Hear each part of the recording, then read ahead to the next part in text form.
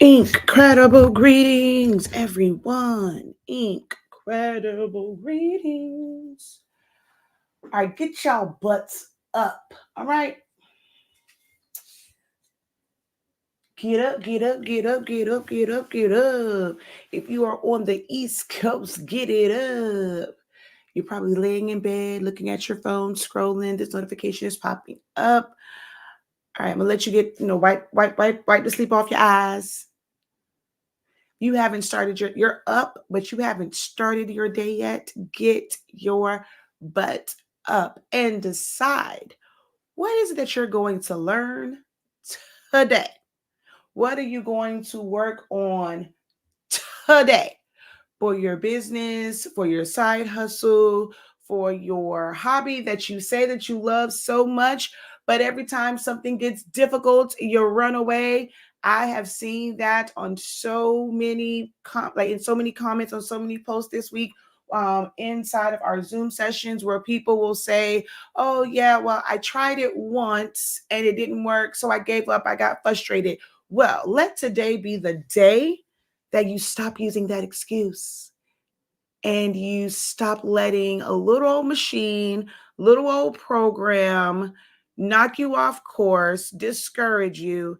You need to get back into that thing. Whatever it was that you stopped doing after the first time, today would be the day to get back in there.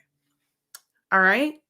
So, if it's something related to Silhouette Studio and designing, well, I'm your girl. I can help you with that. Now, I can help you with some of the other things too, maybe just not in this particular live video. Okay.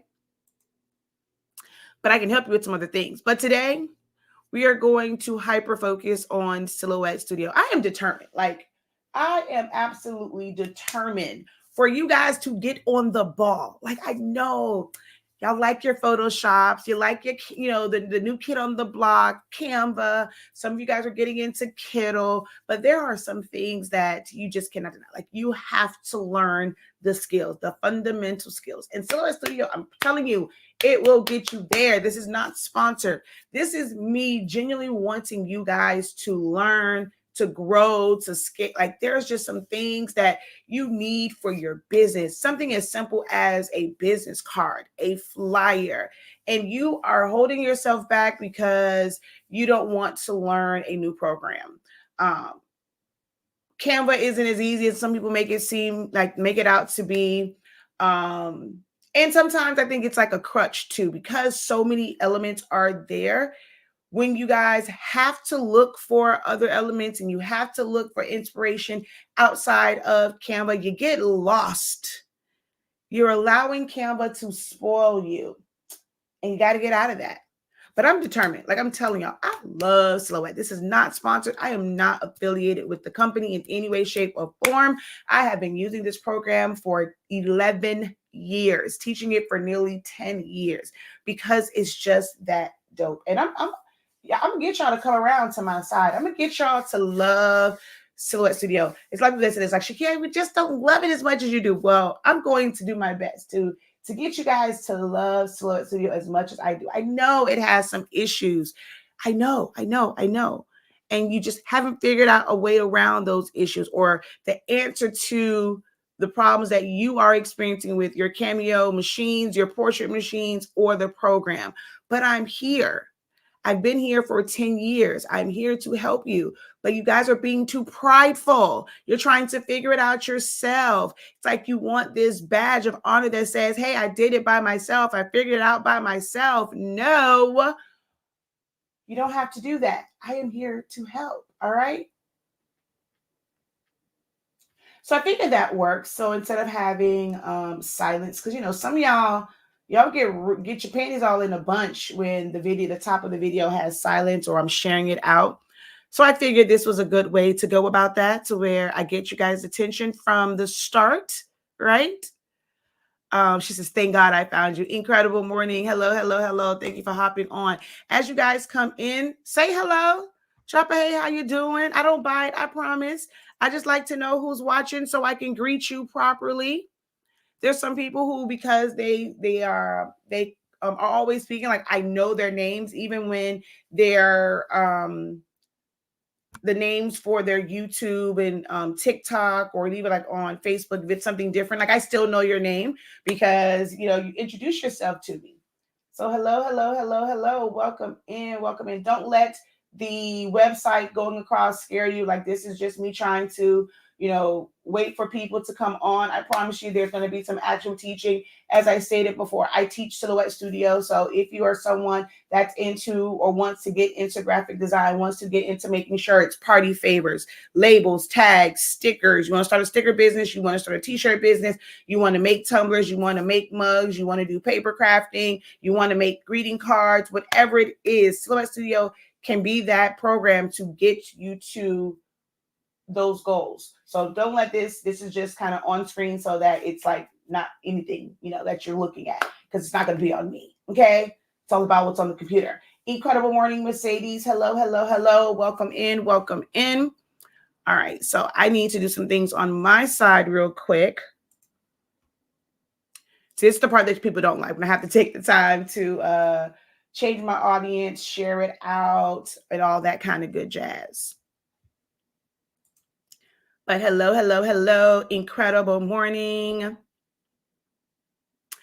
Hey, just say hello, hello, hello. Welcome, welcome, welcome. Thank you for tapping in from Cyclone, West Virginia.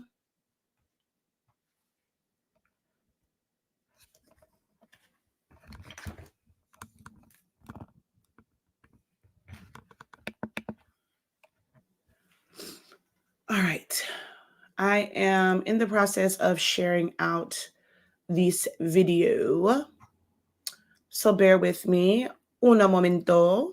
How are you guys doing on this good? It's the first Saturday of the fourth quarter of the year. This is crunch time for crafters, for creators, those who make customized items, those who specialize, and you've created your whole business and you're waiting for this moment to be able to make some holiday items for someone, to make some fall items, some Halloween items, and all these different things for consumers. This is a creator, this is a crafter.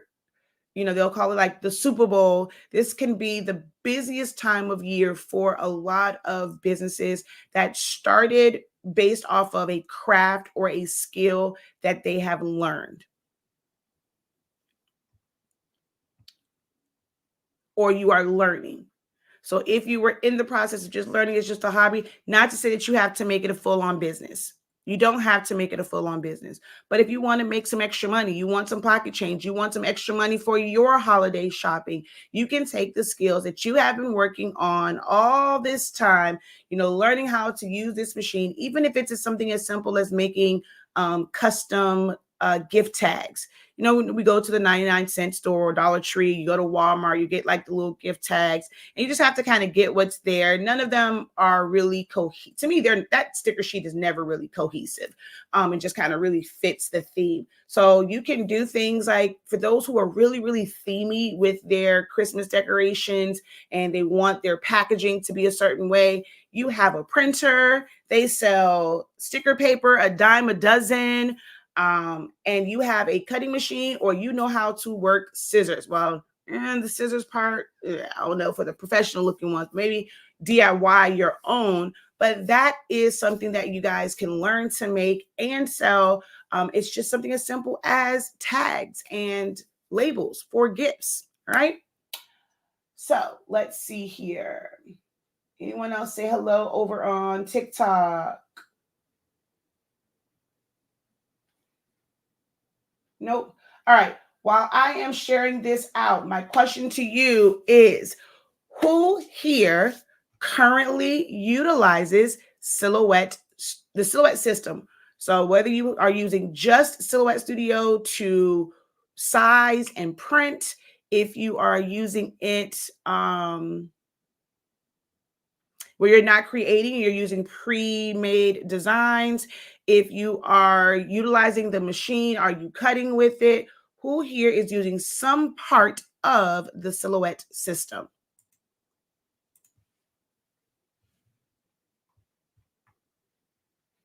I'll put it on Silhouette Studio right now, so that's not just on my website. Oh, wait a minute.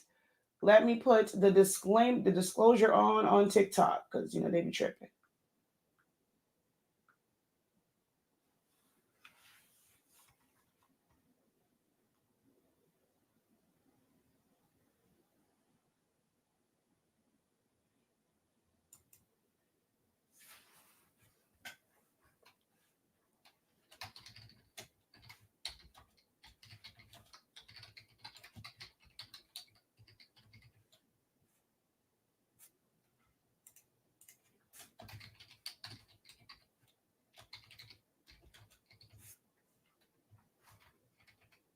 Oh, come on.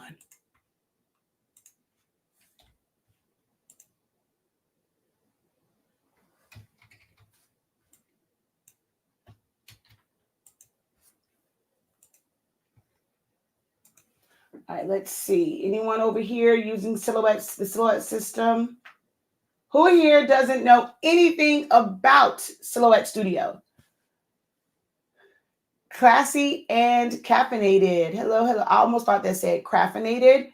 Um, just because the word craft is like in my head. Who here does not know anything about Silhouette Studio or Silhouette machines?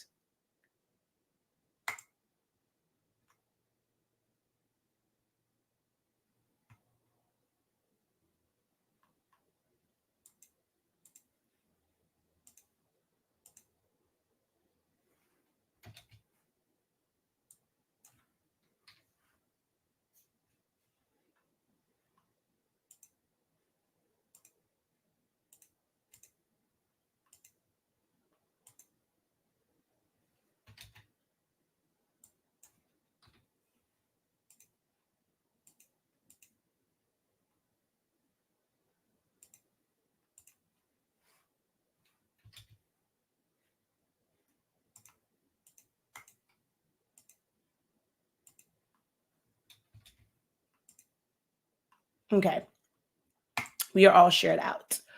Let's see. Incredible morning. I'm using it for everything. Good morning. I haven't updated mine in over 2 years.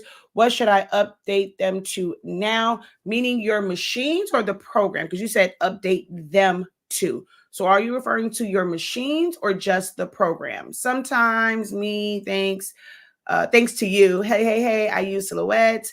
Hey, have you seen the Cameo 5? Are you getting it? Of course, I've seen the Cameo 5. Hello, I am all things Cameo. I mean, as soon as they announced it, I would like to get one. Do I need one? Absolutely not. Do I feel like if you already have a Cameo 1, 2, 3, 4, do you need to go get the 5? Absolutely not. It is the machine that they have out now. Is there anything on it that's like, oh my God, I need this upgrade? Absolutely not. Some people have asked me that. What are my thoughts on the 5? It's a cutting machine. Like at the end of the day, it's a cutting machine.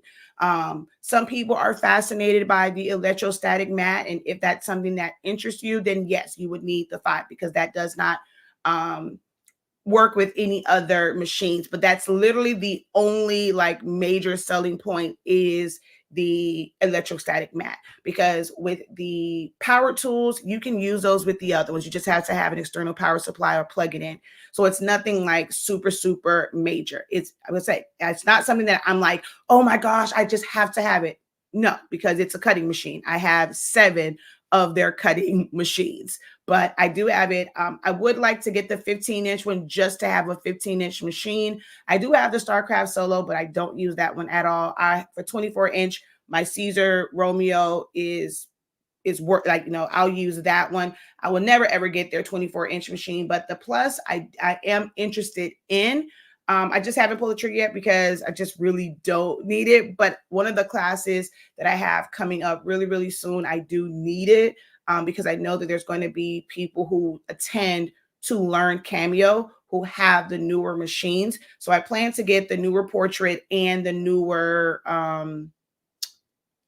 Cameo for that particular class. So for the machines, there's no need to update a machine. There's no need to update a machine, guys.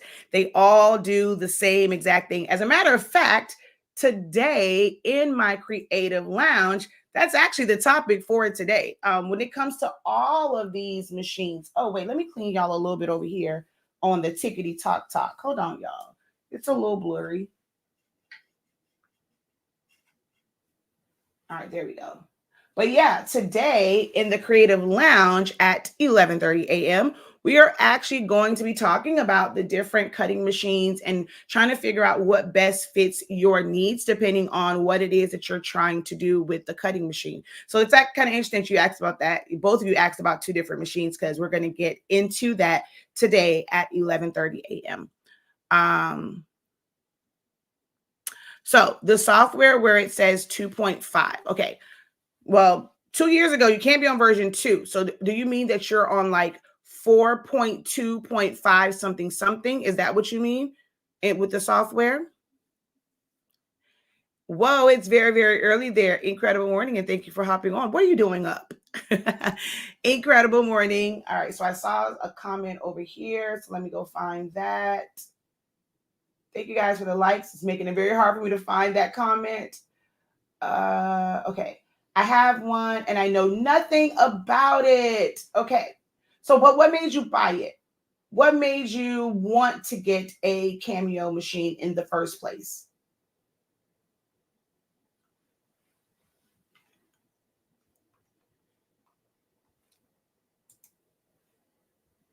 And also, which machine do you have?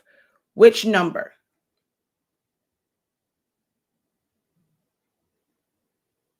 You see, I think on my YouTube, my cover picture, I think I have all of them. I do. All right, let's see if I can blow this up. All right, well, it's not going to really go much bigger than that. Okay, anywho, yeah, that was a waste because it doesn't really make it any bigger. But right here are the machines. This is the original Cameo because they have a Silhouette SD, but that's a totally different machine. So you have the Cameo 1. It's a complete like analog. It has all buttons, nothing touchscreen. The Cameo 2 pretty much looks exactly like the 1. The difference is that this one has a touchscreen. The 3, they completely changed the way that it looks and it became big and clunky. So this is the 3. This one is the 4. And then the 5 to me is kind of a mixture between the roundness of a 3, but the functionality of a 4 when it comes to the flap of it. So we're going to go here, silhouetteamerica.com.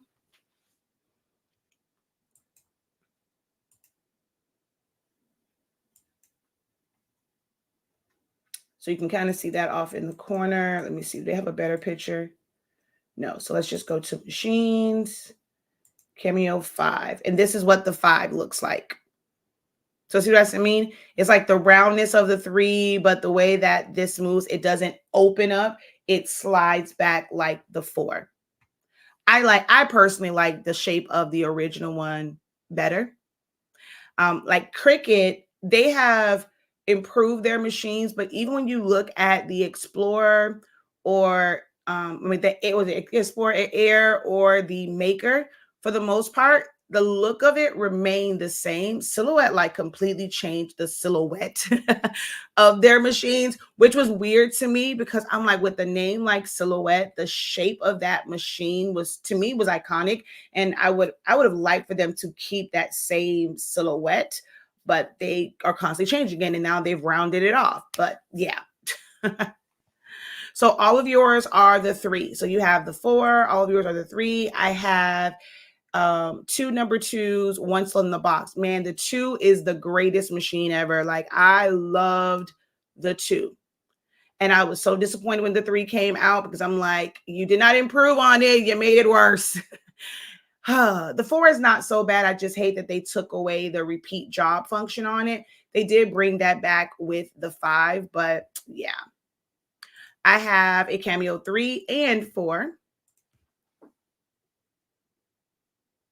I have the Cameo 3. I do t-shirts and Cricut updates got on my nerves. Okay, they got on your, are you using it though? So you said you know nothing about it. So the Cricut updates were getting on your nerves, but have you been using your Cameo at all?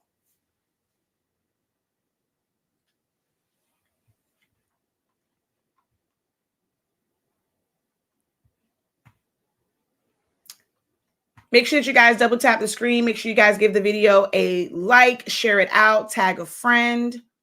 I know it's early, but I know folk are up. I know they're up. I know they are.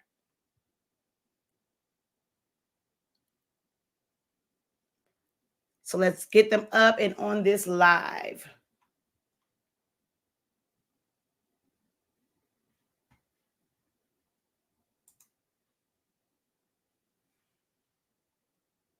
Okay, so you haven't used it at all. So we could not have been too tired of the updates if we got the machine, but we haven't taken the time to learn it. That means that we still like dealing with Cricut and its updates.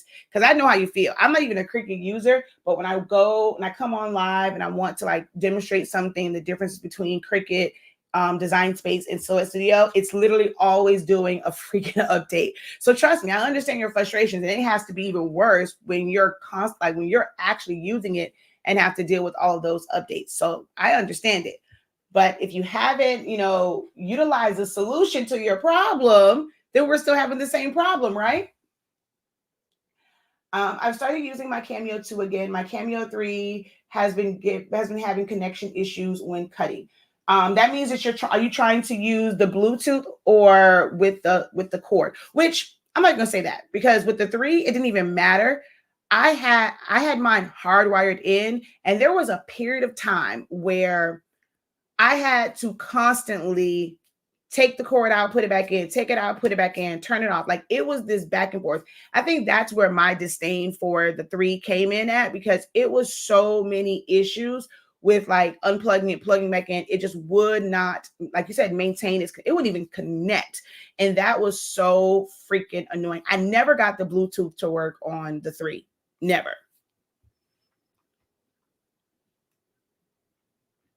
I wonder how the Cameo 5 is with rhinestones. So here's the thing for me, right? So I get where you're coming from, right?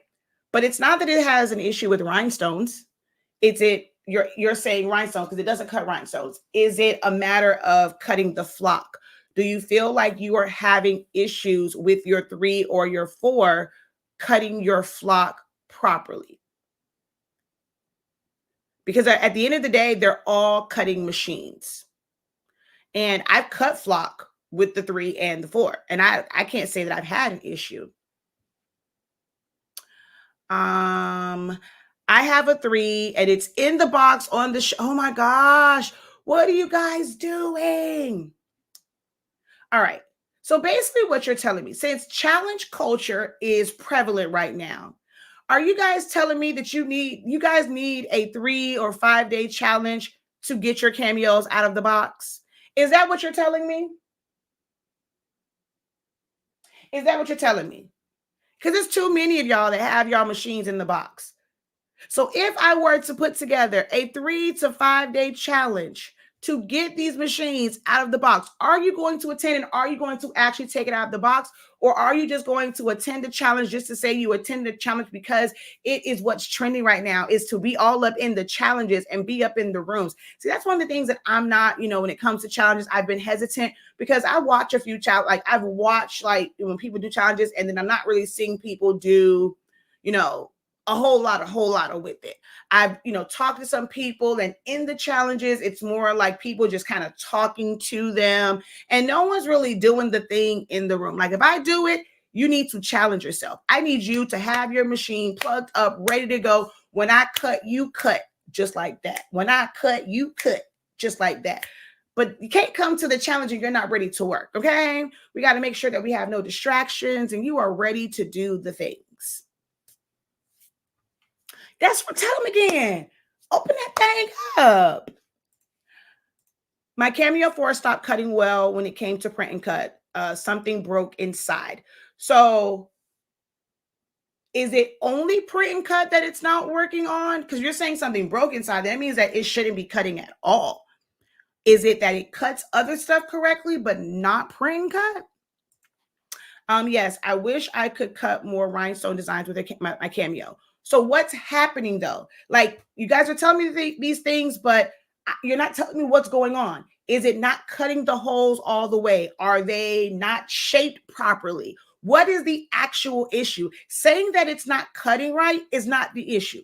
What is it actually doing? You guys are not going to get help if you give like blanketed things like that. Like, okay, it's just not cutting right. It's not cutting my design. What is it doing? What is it not doing? Be more specific. Well, you don't, of course, like if you don't have a need for it, it's just a backup. No. So we're not talking about people like you, Don, because you use yours. We're saying the people that have just one, they purchased it and they have not bothered to take out the box. They have never done a cut on the machine. You've done cuts on your machine. I have a brand new Cameo 4. I'm not taking that one out of the box. It can stay there. It's just a backup. I don't need it. I have six other, well, I have 6 other machines. Let's see. Yeah, I don't use, so the Bluetooth, try hardwiring it in. Good to know that it's not just my machine. Thanks. Someone's comment was filtered out. So if your comment is between Classy and Mercedes, your comment was filtered out. Try posting it again. If you see it on your end between those 2 comments, I don't see it. I have a Cameo 4 and I use it to make stuff for my kids so far, stickers and a cake topper. Awesome, awesome. Uh-oh, hold on. Didn't mean to do that. I've been watching you for years. You've been watching me for years and you're scared. Okay, that means I'm doing something wrong.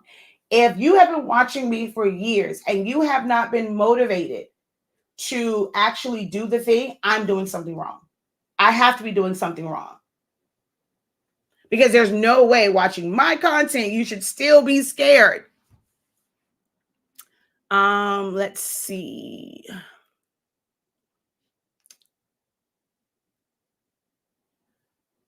Yes, because mine are on the shelves, but I haven't used it in a few years. I need a refresher challenge. So if you do it, I'm in. Y'all better take that challenge because Professor helped me get my machine out of the box after sitting for 2 years. You are different. Some get free stuff by saying, "Hey, love, cost me nothing but money. You don't do this." I think it was more so being afraid of the learning curve of the software and adjusting to the blade. Cricut spoiled me with that. Good morning. It's the new flock. And so that's the thing too. Like some people will blame their machines, but these companies, even the ones that you use all the time, their material could change as well. I have the Cameo 3. My print cut always comes out everywhere except where it's supposed to be cutting. I wonder if it's my mat choice. Probably is. I always tell people, chuck the silhouette mats. Get you a third-party mat or a Cricut mat. It will change your life. And then go through my process of calibrating that mat. It'll change your life. I used to be a Cricut girl. Once I learned silhouette, I never went back. I need help making rhinestone designs so they can cut out. So they can, okay. You're not telling me, princess. So you don't need help making rhinestone designs. That's not the issue. Because if your issue is how it cuts, you can go get a pre-made design and then be able to cut that out and see if it's the way that it's cutting. Is it not cutting through your flock? I'm seeing that is an issue for a lot of, like, I'm seeing that where someone says, okay, well, I didn't know the program. So they did not bother to open their machine because of the program. They don't know how to design. They don't know how to use the program. You don't have to know how to use the program to work the machine. You don't have to have a machine to learn to work the program. You can do those 2 things separately. If you want to learn how to cut rhinestones, you don't start with, oh, well, I want to design my own rhinestone designs. The Silhouette store has free rhinestone designs. There are other places, like there's several places that have free designs, or you can go purchase one that's already set up for you. And then you take that, you get the material like the flock, and you go through and you cut it. You figure out what's going to be the best cut settings for your particular machine and the blade that you are using. I recommend if you're going to cut a new material, get a new blade. That's another issue that I see all too often. We start to blame the machine instead of the fact that we have not changed our blade in 35 years. Okay, I know the machine hasn't been around that long, but we're still using the same blade. We want to go through the methods of, oh, well, let me just resharpen it with a piece of aluminum foil. If that tip is broken off, that's not going to sharpen that in any way, shape, or form, and your cuts are going to be horrid. You have to be willing to change out your blades. And I know I'm not saying that's your case, Princess, but I'm seeing that a lot when I go and I actually have opportunity to talk with people. If I have individual pro calls with them and I get the real, it's almost like you guys are embarrassed on these platforms to really tell what it is, which is why I have communities where there are like-minded people. There is no judgment. They're just like you, or those who book one-on-one sessions with me. And that's when I really get to the bottom of things. The fact that you've had the original blade since you first opened it and you have not bothered to change it, and you think that cutting through thicker materials with the dull blade, that the machine is the issue when it's actually the blade. So there can be a number of things, but if you're not fully open, you're not taking the time to type out exactly what it is that you are experiencing. If you don't want to type it out, then guess what? That is what my creative lounge is for. You come to those sessions, you can unmute and you can verbalize and make sure that I get a full understanding of what your issue is. But when we do everything online, you just have to type it out. Then I'm going to go to somebody else and I'm going to come back to yours. But the Creative Lounge will allow you to verbalize those. We have sessions every single morning. We have a Q&A session every single morning, Monday through Friday, 9:30 a.m. And then we have individual, like actual topic-based sessions. This month it's jam-packed. I mean, I packed this month out for just $36.50. That's all it will cost you to join Creative Lounge. $36.50 for this month. And October, it is jammed freaking packed. Okay. Let's see. No, you are not doing anything wrong. We're just afraid of the learning curve, but that stops today. Okay, it better stop today. But I'm still, but to me, that is me still doing something wrong. If I have not, in all the years that you have watched, if I have not shown you something or convinced you that it's okay to attack this idea of a learning curve and at least get in there and start to like just open the box, cut one thing on paper, on vinyl, whatever material you have, I have not done my job. I really haven't. She says, unbox challenge me. I'm here. Mine's perfect since your class. Yep. New flock came out. It's horrible. Anywhere you buy flock, same manufacturer. Is the mat calibration on the paid training? It's on YouTube. Just search Silaholics Anonymous Cricut mat. I think it might say mat calibration, but if you search Silaholics Anonymous Cricut mat, it will come up. Let's see. Yes, it is a monthly subscription. It is $36.50 for the first month. If you're going to do the automatic renewal, it's $25.63 each month thereafter. If you're going to do month to month, then it is $36.50. But there's also a quarterly subscription option or an annual subscription option. But it is a monthly subscription. What up, though, Professor? Incredible morning. I use the software. I have a Cricut mat and I'm sick of them. I have a Cricut and I'm sick of them. I have a new Cameo. To me, the two and the 3. So you said you have a new Cameo. So you don't know if you have a 2 or a 3, or you have both the 2 and the 3, because you said I've never used it. So you only have one. So let me go back here. This is the 1. This is the 2. This is the 3. This is the 4. And this one is the 5. I've never used it. It didn't come with mats. Did you get it? Did you buy it from someone secondhand? Because it definitely should have come with a clear 12 by 12 mat. My Cricut is actually, I keep saying Cricut mat. My Cricut is actually down right now. I need to buy some better tape to calibrate my mats to use with my select. So better tape, you can use Dollar Tree tape. So I'm not sure what tape you're using now, but the Dollar Tree masking tape, the Dollar Tree painter's tape, any of those will work to calibrate it. So it's not a special type of mat. Go on to Silaholics Anonymous. So we're going to search Silaholics Anonymous Cricut mat.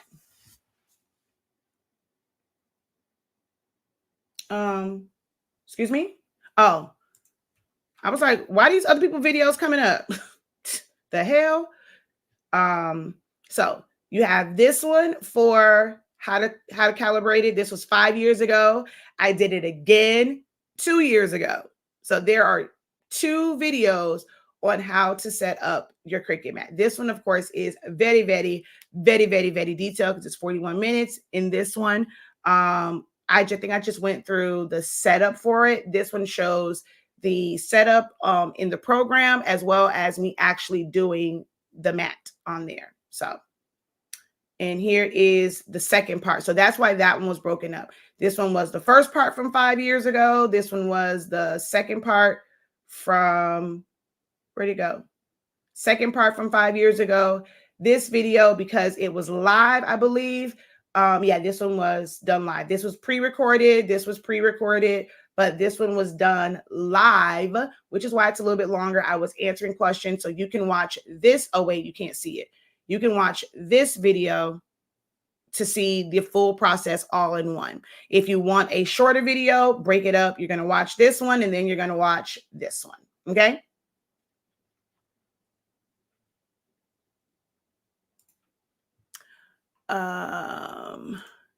It may be the timing. As for me, I followed you for years, but I work 10 hours a day, Uber, and I make t-shirts, etc. So I'd be worried about class times. Okay. When I brought it, that is what they had. But yeah, I mean, Silhouette should send it in the box. That's kind of crazy that they didn't come with the mat, because that may have been a defect, or maybe it had just been left out. But all the Silhouette machines have always come with a mat. So what class do I need to join to get a refresher course? Because I really want to get my stickers and make back running up and learn how to make those foam party designs. So those are all different classes. So for Silhouette, if you are already in Essentials of Silhouette Studio, you probably just need to go in there and start watching the refreshers. The live sessions are complete at this time. You are going to have to be disciplined and create time for yourself. We used to meet every Wednesday at 6:30 p.m. So maybe you make that your time. Even though it's no longer live, you will make time every Wednesday, or just set a schedule for yourself. And that's when you will go into your dashboard and you will go through the training and go through the refreshers, go through the reviews, things of that nature, to get a to refresh you on how to use Silhouette Studio. Now, as far as like stickers, that's print and cut. We have different videos for print and cut. For all the foam board things for parties, that's the foam board program. We do not have anything where there's like a one subscription and you get access to everything. You get to pick and choose, and they're a la carte classes. The only thing that we have that is a subscription based is our Creative Lounge, and that's a newer thing right now. But all the other classes, you pay for those classes and you have lifetime access to them. Actually, no, I'm sorry. Foam board is also subscription based right now. She says, I use the $1 blue tape. Incredible morning. My Dollar Tree tape is gunky and stuck together. I spend too much time trying to get. So yeah, that just means you need to, come on. That just means, okay, so for that one, that means you just need to throw it out. It shouldn't still be in your workspace. If you're having a hard time, it costs $1. Throw that damn dollar tape out, go to the store, get you another one. That should not even be in your workspace anymore. Get rid of it. Get rid of it.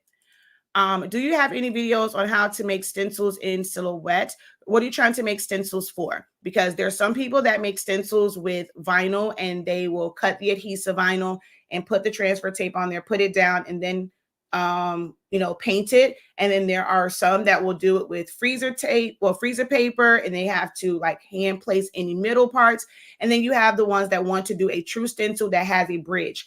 I have done a video on it will I say it's a dedicated video? No, because I don't think people really ask about it unless it was like in a Q&A setting like this. And I don't really make too many stencils, so I have not done like a video like me showing like making a stencil outside of the freezer paper one, but it's just a matter of creating a bridge. So if you have that question, I can show you how to turn something into a stencil where the middle parts will not come out. All right, so let's see over here on TikTok. I always have to come back because I'm sitting to the side of TikTok, so I can't see the actual comments. Okay, so the last thing was the no, I'm not doing anything wrong. No other comments. Can Canva be downloaded on the phone? Canva is web-based, so there is an app for Canva. So you can use it on your phone. That's the whole premises of Canva, is to not be tied to a computer or a laptop or a desktop computer, and the ability to use it on the go. So there is the website version of it, and there's also an app for Canva that can be used on mobile devices. But Silhouette Studio cannot. They have one that they're working on. It's web-based. It's not that great. The computer program is always going to be better. All right. So got some of you guys in the rooms. Hoping we'll have a little bit more by now, but let's kind of get into it. For me, I feel like tracing is always the number one, like one of the number one things that people kind of have issues with when it comes to silhouette. But I'm going to take it back to the basics. Like for real, take it back to the basics. If you don't have Silhouette Studio, you don't need, first things first, you do not need to have a machine in order to use Silhouette Studio. You do not have to have a machine in order to use Silhouette Studio. Silhouette Studio is a standalone design software. If you want to just print it out, so someone asked about Canva. If you did not know, you cannot print directly from Canva.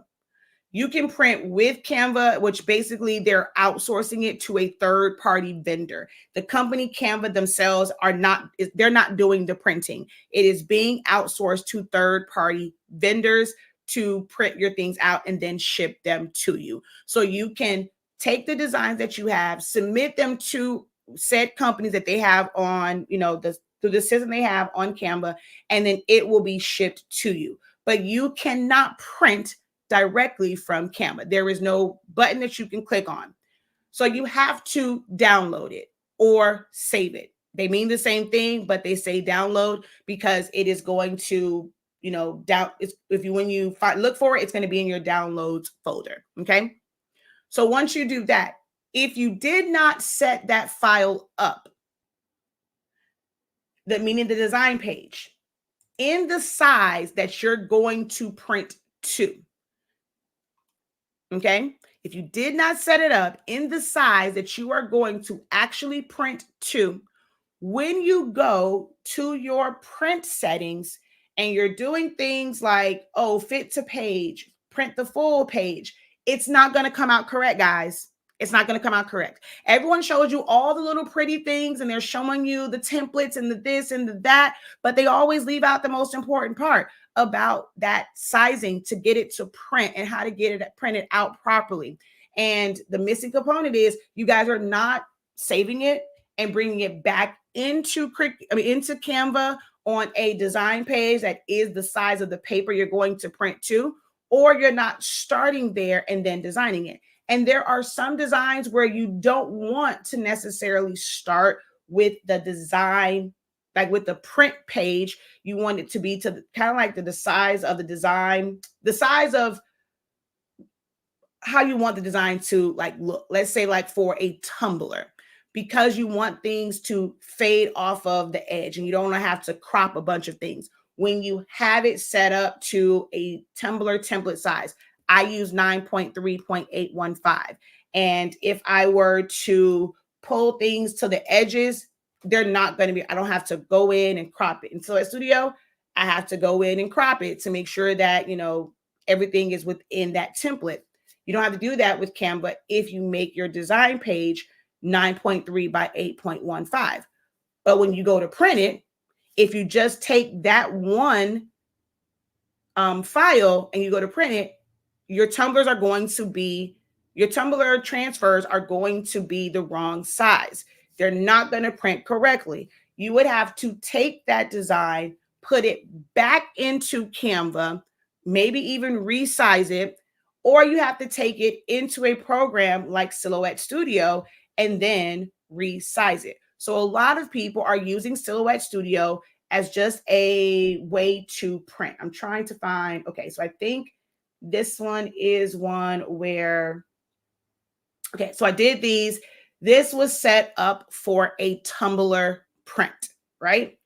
So if I go and, which I already know I have this, I'm going to still just download this again because I don't feel like looking for it.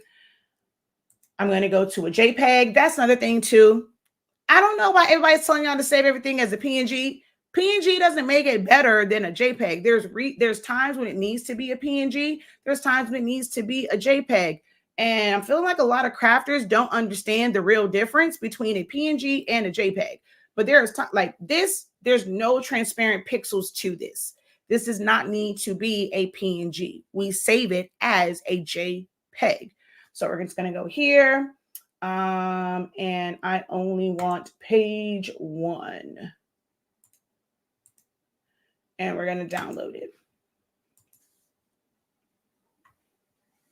So I want to show you guys something first. Like, you know, a couple of ways that you can actually utilize Silhouette Studio.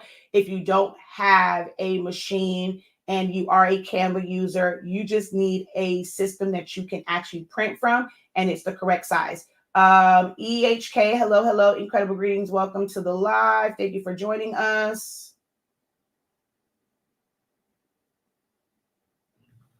How many of you guys have had that issue?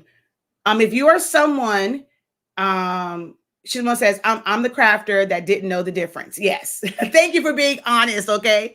But how many of you guys have experienced that where you are designing in Canva, but when you go to print it out, your sizing is all jacked up? How many of you guys have experienced that?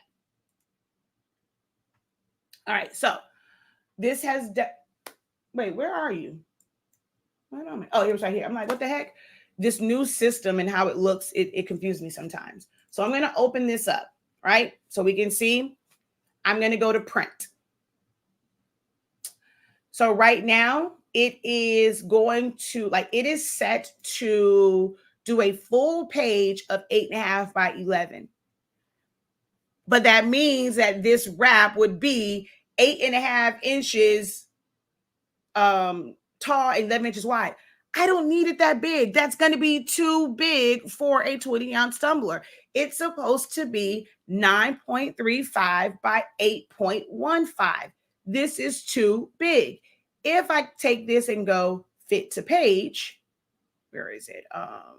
No, not fill page. So if I go or shrink to fit to page, it's still going 8.5 inches tall. It's supposed to be 8.15. It's going to be too big.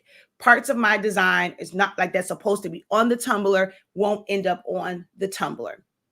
I would have to take this, go back into Canva, and upload this file onto a Canva design page that's 8.5 by 11, and then save it again.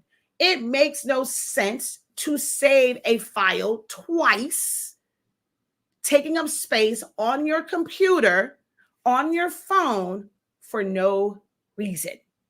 So programs like Silhouette Studio allows you to open up said file and simply print it.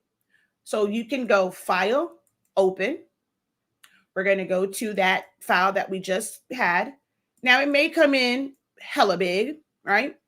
But we're going to go up here to our sizing. Okay, it's like scaling. It's locked. All I have to do is change one of these values. So if I change my width to 9.35, my height becomes 8.5. Or in this case, it said 8.49, same difference. I'm now going to rotate that. Or you know what? I'll do it the easy way. I'm going to come over here to the transform panel. There's this little icon here that's like a rotating arrow, and I can turn that 90 degrees. Place that in the middle. You see how we're not going all. Here's a learning lesson. So you see how I'm trying to move this, right? And it won't really just stay in the middle and it's moving choppy. Show of hands. How many people have this happen to? Where you're trying to move it to a specific spot and it's like, no, ma'am, I'm going where I want to go. I don't care where you're telling me to go. I'm going to go where I want to go. Okay. How many of y'all got some grown fast tail designs that just want to move around where it wants to move at? Show of hands or me's. Who has this happened to? Incredible morning, Sandra. I wish I could have caught this. This is the beginning. 3, 2, 1. This is the beginning. We're literally, I just was, the beginning part was more of an intro and just kind of some general talk. If you want to see this whole stuff, we are just getting started. So you haven't missed a whole lot of. Me. I know it happened to more than it's happened to more than the people that are answering. It's okay. Y'all don't want to engage with me. That's fine. Not engaging with me, it'll cost you a lot because I'm someone that can actually help answer your questions and kind of cure some of these pain points that you guys have. So what's happening here is snap to grid is checked. So here under your page setup, we're going to go over here to the grid setting. And right here, snap to grid is selected. I don't even use snap to grid. Why is this selected? I have no idea. It has to be something with how this image came in. So where it automatically went to snap to grid. Baby, I don't use that. I don't even use the grids whatsoever. I turn those issues off immediately. When my students send me files that they're working on and I need to take a look at it, I turn it off. When we're in class and someone shares their screen, they have those grids on, I hit G on my keyboard real quick and I turn them issues off. I can't stand them grids. But if you just uncheck snap to grid, we now have fluidity when we are moving. It moves wherever you want it to go. So I'm going to put it here. If I use my arrow, it takes smaller jumps instead of those big chunky jumps. So it will be in the middle. You can rotate it. If you don't, now, if you have your page set up like this, does anybody know what this layout is called? This orientation. When your page is set up like this, do you know what this orientation is called?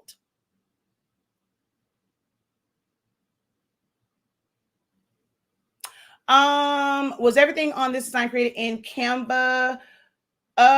Yes and no. So this was done in Silhouette Studio and it was just brought into Canva. All of the stripes and things, like all those are Canva elements. The football was a Canva element. This was a Canva element. The Wolverines was done in a separate program. Well, Wolverines football, both were done in like separate programs. The step and repeat was done in Silhouette Studio, saved as a PDF, and then brought into Canva. The numbers were done in here, and all of the little elements, all of those are Canva elements. The lights, the wolf scratches. So it's a mixture of programs. Okay, so let's see. My bad, y'all over here. I didn't realize my phone did some weirdness. Okay, yes, this is portrait. You'll be surprised. A lot of people don't understand that. This is a portrait layout, which means when you go to print, you need to make sure that it's set to portrait so that it doesn't get cut off. The orientation on your screen has to match the orientation that you choose for your print settings. That is very, very, very, very, very important. It has to be the same. Oftentimes, people will do this. They will have it set up this way because they don't want to rotate this.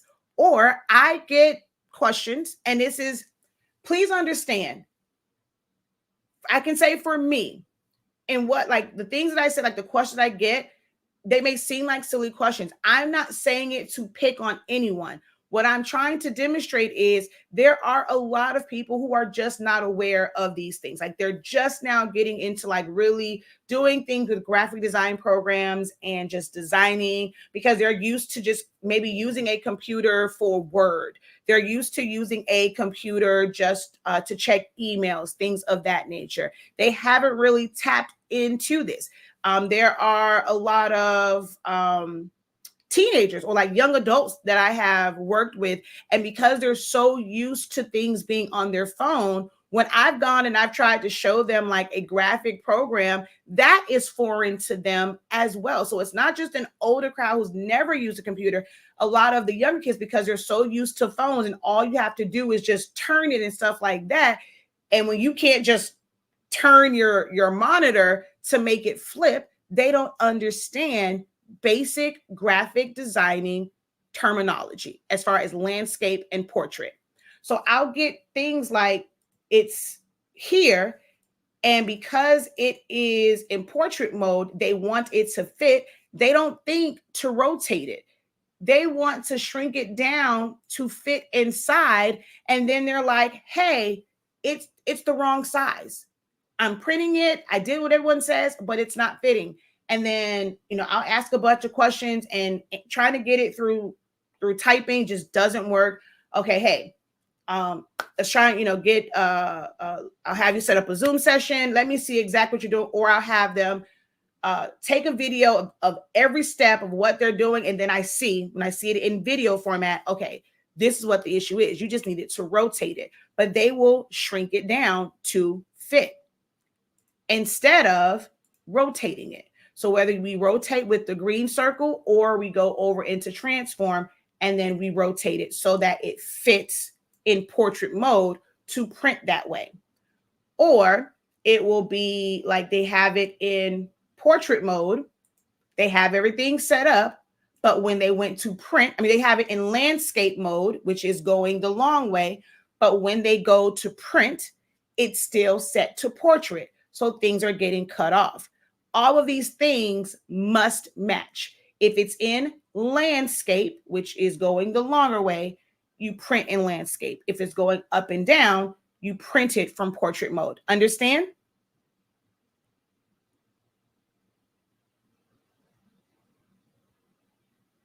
Okay. So portrait, exactly. That's me. So some people experience that, guys. But if you're ashamed to say, "Hey, that's me," then you're never going to get the help that you actually need. So we brought that in and we would print. So for some, they just want to do tumblers. They're not into designing. They use Creative Fabrica. They use designbundles.net. They use Etsy. They get some from, the Facebook groups, and they just have tumbler wraps that they want to print out. This is as far as their education will need to go when it comes to silhouette. How to properly turn it, how to set their design page up, how to properly size it. If it's too big, how to crop it down. Those 3 or 4 things is all they would need to learn. They don't care about how to do text. They don't care about compound paths. They don't care about edit points. They don't care about rhinestones. There's a lot of tools and functions to this program. So when someone says, "Oh, I want to learn from the beginning," you got to tell me what is that you're trying to do, because the beginning for one person will be different from somebody else. If you're trying to do stickers, are you wanting to do pre-made stickers and you just need to know how to trace and detach, or how to set your cut lines, how to turn on your registration marks, how to do your cut settings, and you're just going to do the stickers? Or are you trying to design? Learning to design and learning to do a specific project are 2 different things. So we can't go and say, "Well, hey, I want to learn how to," like Princess's example of like rhinestones. Okay, do you want to learn how to create your own rhinestone designs, or are you trying to learn how to properly cut rhinestone templates? Two totally different things, guys. Two totally different things. All right? You understand that? You are very welcome. This is what I love to do. If I could teach all day long and make a living off of it and not have to do the customs. It's not that I don't like the customs. When I need to do them, I do them, but I love teaching so much more. The problem I have with Silhouette is how to properly size images when they have empty space around the image. Trace and detach. Simple answer. There's not need to be any more explanation into that. If you purchase something and there's extra space around it, trace and detach. That's it. And once you have traced and detached it, it's going to be the exact size. Now you decide how big or small you want that to be. Because you said how to properly size images. To me, that means those images, those elements are already created. It's not how to size and arrange and lay out a design that you are creating, because that's totally different. So if that's what your issue is how do I put this together to make sure that I'm filling up empty space and it doesn't look sparse? That's a design issue. But as far as just properly sizing, not properly laying out a design, trace and detach, that's it. That's the only skill that you would need. If that's the only thing that you're missing, all you have to do is trace and detach. Now my question is, do you know where to go at to trace? Someone says, I want to design. First part of designing is learning the program. You got to know what the keys are, what the tools are. What is it that they do? How do they operate? How do they interact with one another?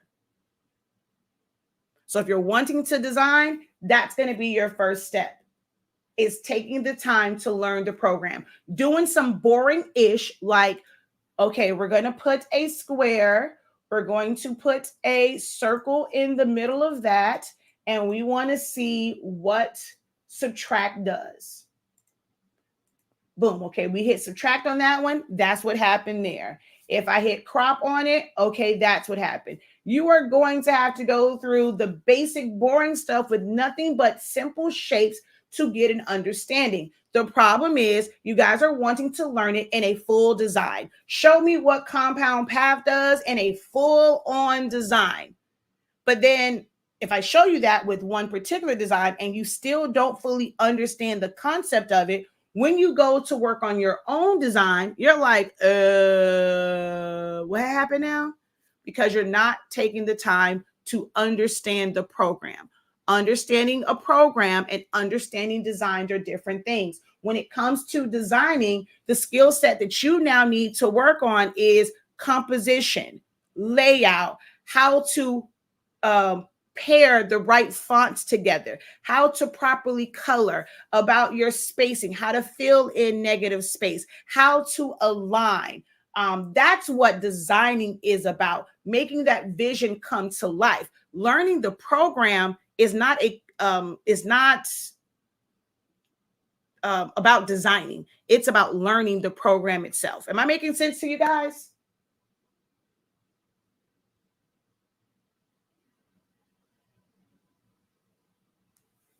All right, so we saw how to bring in a file, how to size a file, how to print a file. And that's pretty much working over here and here at the top to size it. So you can size from here, or you can go to your transform panel. It has the alignment icon on it. And under this transfer panel, it has alignment, it has scaling, which is what resizing is. You have rotate, and then most people don't use move. Okay. This is where a lot of you just need to sit in this pocket. That's it. Go back to the maybe like 50-minute mark and watch this part, and you're going to be golden. You don't need to learn anything else. You can even leave this live. You got what you need. You can leave the live. Now go to your computer that you have been afraid to use.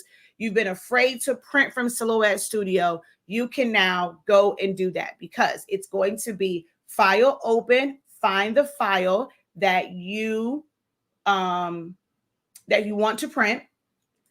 If it's not set to your paper size, you're going to come to page setup. You don't need a machine because we don't have a machine. So we're going to set that to none. That's going to make your cutting mat none.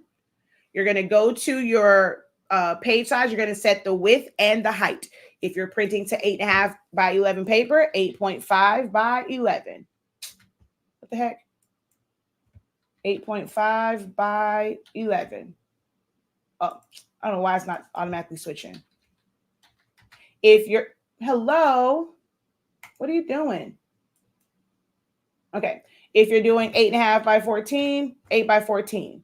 If you're doing 11 by 17, 11 by 17. If you're doing 13 by 19, I just wanted to see something. Okay. 13 by 19, 13 by 19, you're going to set it up that way. So everything will be in here. And then when you go to print, so to print, it's the icon that says send to printer. You can use keyboard shortcuts. You can go to the word file and go down to print. And you will be off to the races to get your tumbler prints, tumbler wraps printed out so that you can sublimate them. That will be it. Okay. So that's like true beginner, just opening the program and getting something done.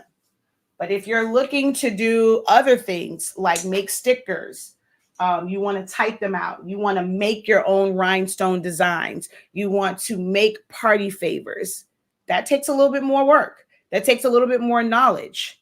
What is it that you would like to create in whatever, no matter what design program you're using? What are the things that you want to learn? Any design program out there to create what? What are you trying to craft? What are you trying to make?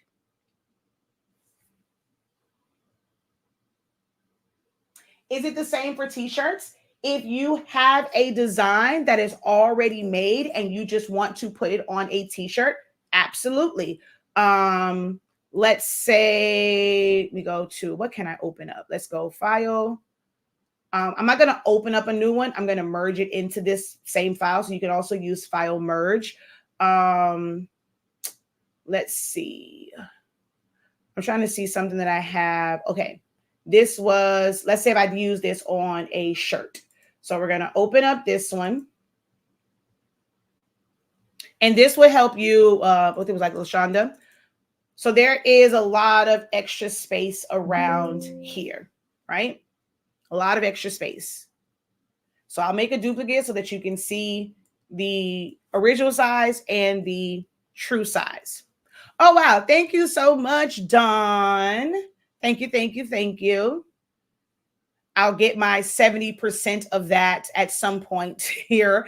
Y'all know that Google takes 30% of whenever you guys send those. I appreciate them, though. Cash App also works, too. HS Inc. 365. If you ever want to say thank you for all the information, just want to send it one day randomly, HSINK, the number 365. So you can send that to Cash App. Okay. But we're going to come over here to the trace window, which is right here. Okay. I'm going to bring this over and we're going to go select trace area. We're going to place our box around that trace area, like the image. You would need to adjust your threshold. And then you would hit trace and detach.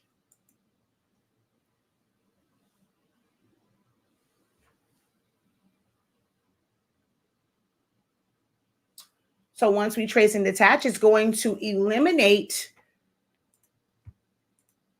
all of this area. So that area is still there. It's just a transparent box, right? So it's like a glass window. You can see through it. You just can't go through it. So we remove that. Now this image is 18.968 in height and 12.97 in width. The way that it came in, because of how it was designed in Canva, it came in at 20 inches in height and 14.593 in width. So once we got rid of all the extra, we're down to 18.9, almost an inch, a little over an inch smaller. And the width went from 14.5 to 12.9. So that can be a big difference, especially when it comes to a shirt, and sizing it properly. Now from here, you decide how big or how small this needs to be, depending on the shirt that you are creating.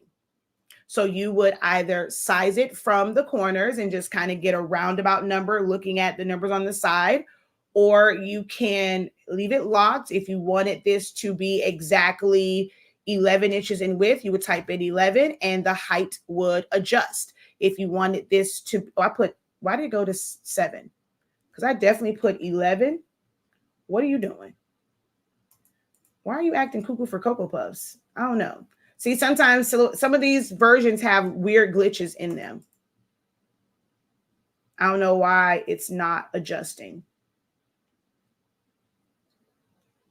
Let me see. Would it go over here? So width. Yeah. It was something up here. It was just acting weird. It wouldn't go to 11. It kept jumping down to 7. So if I did 11 inches in width, yeah, because see, even up here it's not changing. That would be 16 inches in height. If you wanted this to be 8 inches in width, you would do that and it would adjust to whatever that height would be. And then you would put it on your design page if it was, or your print page, if you're printing it on 13 by 19, if you're printing on 11 by 17, if you wanted 2 of these on there because it's small enough and you had 13 by 19 paper, you're going to rotate it and you're going to duplicate it and you can print 2 on there. So it's just a matter of trace and detach and then sizing it and then printing. But at the end of the day, it's pretty much the same thing. You're going to work within, now instead of just one area, you're going to work in 2. Page setup and tracing.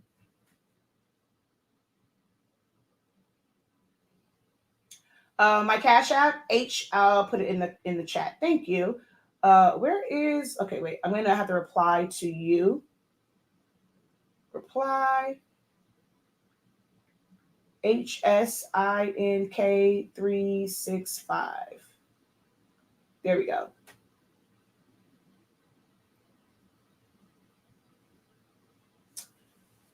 All right. You want the lock on. You want that on. Because without it, this is how you guys end up with stretched and skewed images. If you don't know the math on it, so let's say we unlock this. If you don't know the exact math and the exact number that it's supposed to be at when you're stretching it, if I go and I make this width 12, my height does not change. I won't know exactly what height to make this to where it is proportional. So when you want to keep something in its same proportions, you have to keep the aspect ratio lock engaged so that it adjusts the way that it's supposed to. But it was just a glitch up here because when I come over here and I'm using scale, which is why when I teach, I don't teach just one area. There's some where I've watched videos and they only change their width and height up here. They never go over to the transform panel to bring up this window and use the scale. If you look, that icon that's right here is the same exact icon that's right here. If I move from here, let's see, let's go to, well, it's going to go to this one. Like you see, it's lit up here, it's lit up here. So I went here and let's say I go 12. Oh, wait, it's disengaged. See, that adjusted. But at the top, it was acting weird. So that's a glitch on that top one. But you're supposed to have that locked.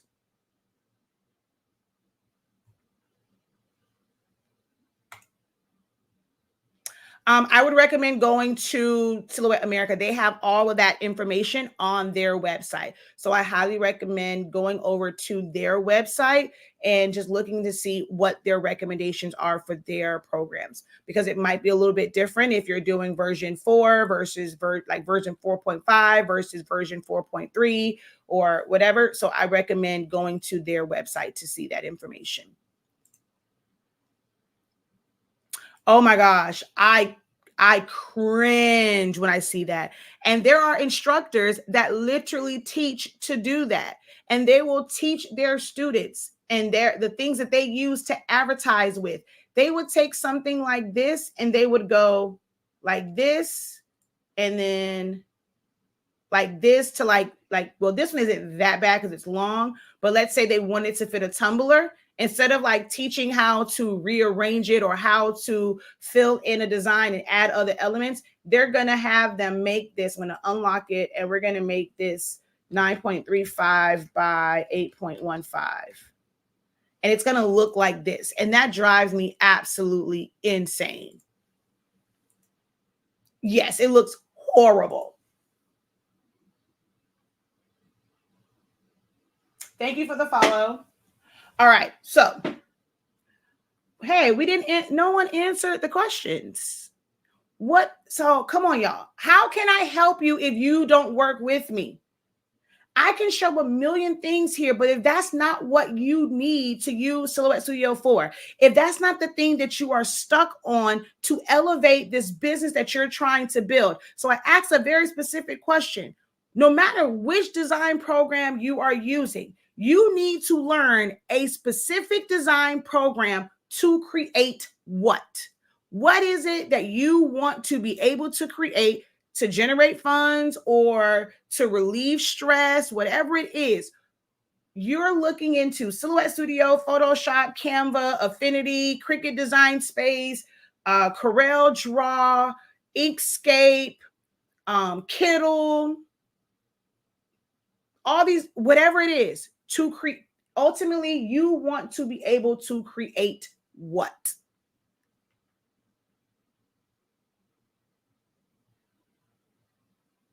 Okay, so one person answered it before. I have Silhouette, but I want to learn how to make rhinestone shirts. Can you cut it? Can you cut without just Silhouette? I'm not sure. Wait, hold on. I have Silhouette, but I want to learn how to make rhinestone shirts.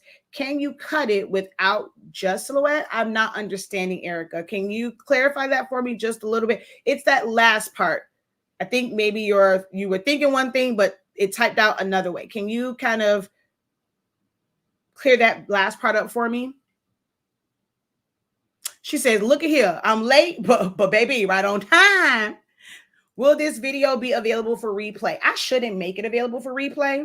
I really shouldn't. I should do like some folk where they do their live videos and then they take them down and then they tell you, if you want to watch it, you need to join my program. I should do that so I can make money like they do. But no, I'm a sucker. I guess I don't listen to coaches when it says that part. Give them a little bit, make them pay for the replay.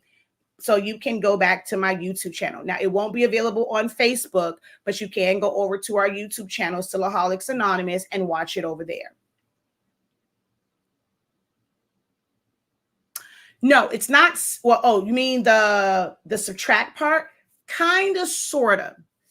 Slicing in Cricut does like 3 functions in Silhouette. So to some, that seems complicated. Oh my God, why would I want to do 3 different things in Silhouette and Cricut does it in one action, right? These are comments that I've gotten from students when I'm trying to teach them. This is the reasons why they think that Silhouette Studio is complicated. But when you use Slice with Cricut Design Space, you have a bunch of garbage that's left behind that you have to click on and you now have to delete because you don't need all of those things, right? It creates like 3 or 4 different copies of it. Well, when you're doing it in Silhouette Studio, it does the specific task that you wanted to do. If you wanted to cut a hole in something, you're going to subtract. You don't have to delete anything else.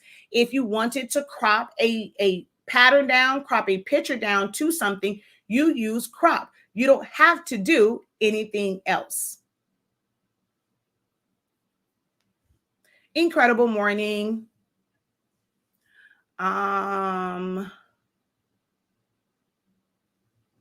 Yes, I never knew about the side panel. Okay, make money doing what though, Dawn? I would like to know how to create my own embroidery patterns. Well, that's not a silhouette thing because you need a digitizing software. So that one I cannot help you with. Now you can create vector files. So I create files all the time and then I send it off to the person that I outsource to have them digitized for the embroidery files. But it does start with knowing the program and how to just set your design up first. Layered laser cut files. Okay. Tumblers and t-shirts with just silhouette. Yes, you can make rhyme. So if you're asking, so let me go back up to your original. Wait, where's your original? Where's your original question? Where is it? Where'd it go? Okay. Can you cut it with, wait, because this says without just silhouette. I'm so confused now because you said with just silhouette. So with just silhouette, I mean, if you're wanting to create it in Silhouette Studio and you have a Cameo machine, yes, you create the design in Silhouette Studio and then you cut it onto your Cameo machine. If that's your question, yes, you can do it all from one system. You don't have to design it in one and take it to another program to be able to cut it. No, you don't. You can do it all in one. I want to learn Silhouette to design shirts and maybe some party favors for myself. Okay. Rhinestone designs, cut fabric for embroidery, applique designs, tumblers, stickers. I would like to turn PNGs into SVGs so that I can use vinyl with those images. I'm always buying other people's designs. I want to be able to create my own. What is the name of the YouTube channel again, please? Silaholics Anonymous is my YouTube channel. Silaholics, where are you?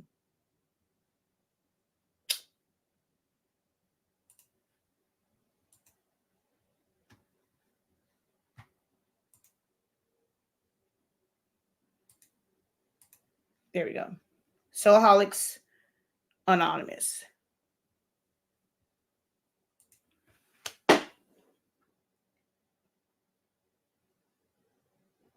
For you guys on TikTok, it's easy to get to my my YouTube channels because it's in the link in bio. It's in my link tree.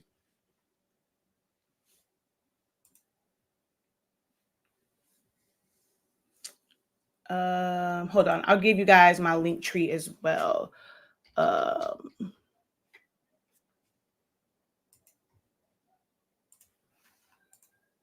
Here, I just dropped it in the chat.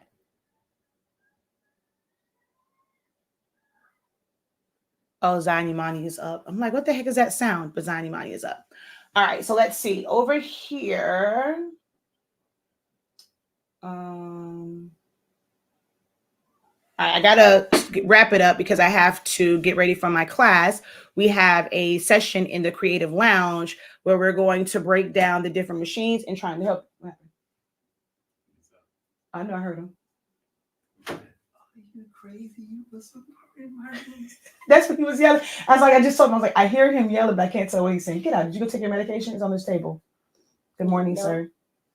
Okay, go take your medication. Oh, that kid is crazy. How do you cut out the rhinestone pattern? Just cut. You just the same way you would cut vinyl. So for a rhinestone design, you're cutting to flock, which essentially is like a vinyl. So you would just send it to cut. Once you have your design, you would, the same way that we would cut just words out for vinyl, the same way that we would do this as a print and cut, which now this is all jacked up.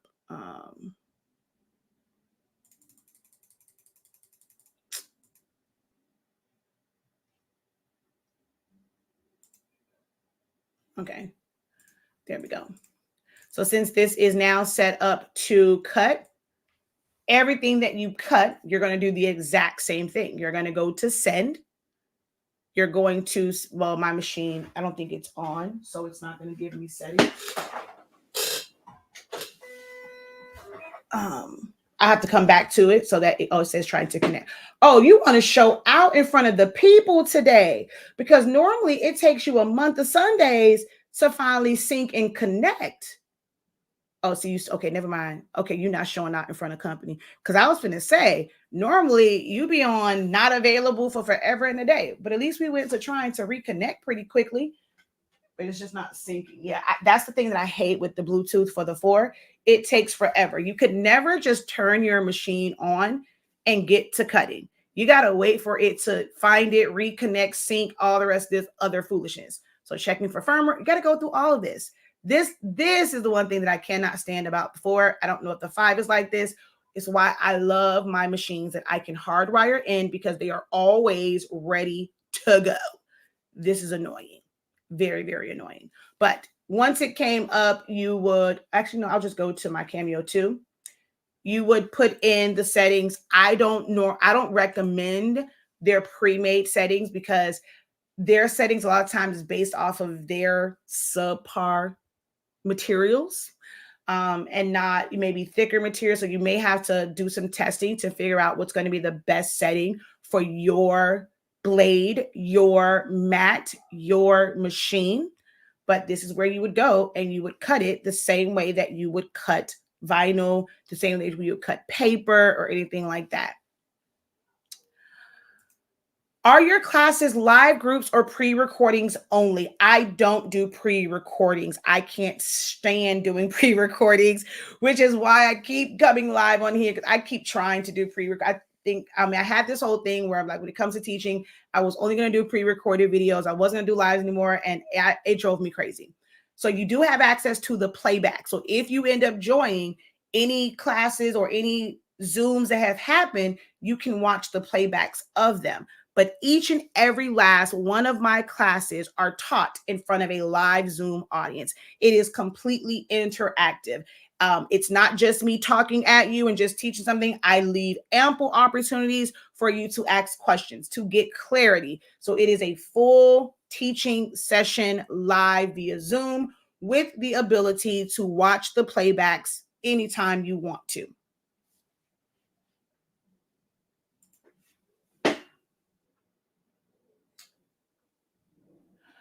She says, back up, please. What class? So that one says unavailable. I have what's called the Creative Lounge. I've been doing a lot of classes over the past 10 years, right?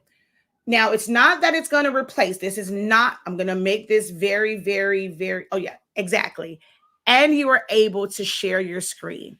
I help you in real time. If it is a class that's based off of designing or doing something in Silhouette Studio, and you are working alongside with me, especially if you have 2 monitors, you are able to share your screen. I help you with what's on your screen and help walk you through it if you're having any issues. Our classes are absolutely amazing. Okay. So we have right now, I have what's called the Creative Lounge. That's the one that I'm kind of pushing now. Does it replace the classes that I have? And is it like you're going to learn everything that I ever teach, memorial design, all those different things? Not quite.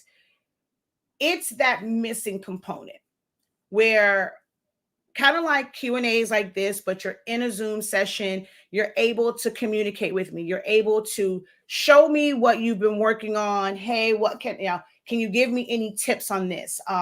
This is what I was struggling with. So it gives you an opportunity to come in and almost have a coaching session live.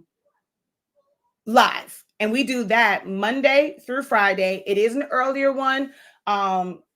Normally classes I hold in the evening times. So I'm trying to work on maybe doing a pro call session in the evening for the creative lounge session in the evening. But every single morning, 9:30 a.m. Monday through Friday, I make myself available. So it's like open hours or office hours, and I make myself available for you guys to come in and ask any questions. Pick my brain. We've talked about everything from marketing and branding to designing to just about any and everything we have gone on in these various sessions whenever I have pro calls. We also now have our schedule. Top predetermined topics that we would talk about. October's pretty stacked. Will every single month be this stacked? Not quite. But I packed October with things that are going to help prepare you for the Crafter Super Bowl. Okay. Thing and also what you'll get in there, we're still building on that database, is frequently asked questions where you don't have to really watch a video, ones that's written out. There are some e-guides that we're working to complete to add to it. So it's always something that's going to be forever evolving. Every single month, something new is added. If you want to know the paper that I use, I only reveal that either in a dedicated class, or if you're not in that class, you can see supplies that I use, my ratings of them. I just spent $300 on papers, just testing out different papers.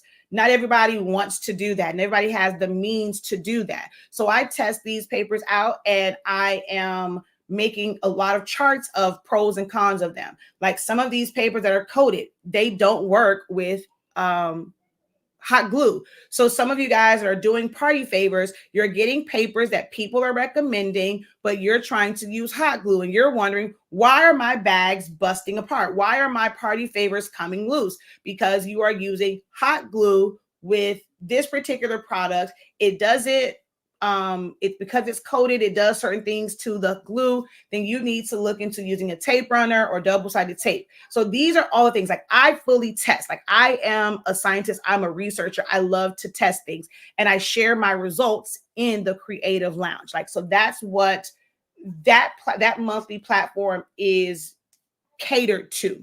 But let's say you want to learn how to make foam board creations. You want to learn how to make the photo cubes, the what's those things called that y'all do during Easter? The vending machines, the foam board vending machines, the foam board gift boxes, things like that. That is in our foam board program. That is something that's totally different. Essential Silhouette Studio, totally different program. Essentials of Photoshop, totally different program. Learning Party Favors, totally different program, because those are dedicated classes for those specific things. But the Creative Lounge is that gap. You can take all these classes, but when you need that help, that is what the Creative Lounge is for. Okay. So, I thought I went to the page. I talked all that crap and I wasn't on my website. Look at me. Is it here? Yeah. So the Creative Lounge is here. And this is the lineup for this month. Today at 11:30, we are going over cutting machines, pros and cons of them. Which one is best for your needs? Is it a Cricut? Is it Silhouette machines? Is it a Caesar machine? Is it a Solo StarCraft Solo? Do you need a bigger cutting machine like a Roland or a Graph Tech? Different things like that. So we're going to go over these machines. You're going to see how they're all very similar. And at the end of the day, they kind of do the same thing. And it might just be the programming that helps make sure a decision. I'll give you one of the things. You don't even have to join the class if you don't want to. If you're someone that wants to do large scale print and cuts, Cricut is not the way to go. Not at all. You want to get ones that will allow you to do bigger print and cuts. And then to narrow it down even more from that, you have certain programs that won't allow you to break it up in a way where you don't have straight lines going across a face, just a straight line going across their legs, their midline. You want to be able to cut it out in very strategic areas so that when you put it together, it's a natural cut line. That is something that can be done all in the Silhouette system. Now, if you're using a different cut machine, you would need to use an outside program that has knife tools and you're able to separate them and things like that, whether that be Illustrator or that be Photoshop or Affinity. And then once you create it there, you have to save those files, bring those files into like Leonardo, Caesar's Leonardo Design Studio to be able to do a bigger print and cut. Bring it into Cricut Venture to be able to do a bigger print and cut. But Cricut Design Space will never allow you to do that type of separation. Silhouette Studio and the Cameo machines, you can do that all in one ecosystem. So we're going to explore all these different things. If you are someone that wants to do stickers, if you want to do whatever it is, we're going to talk about that, as well as actual die cutting machines, not the electronic die machine. So that's today.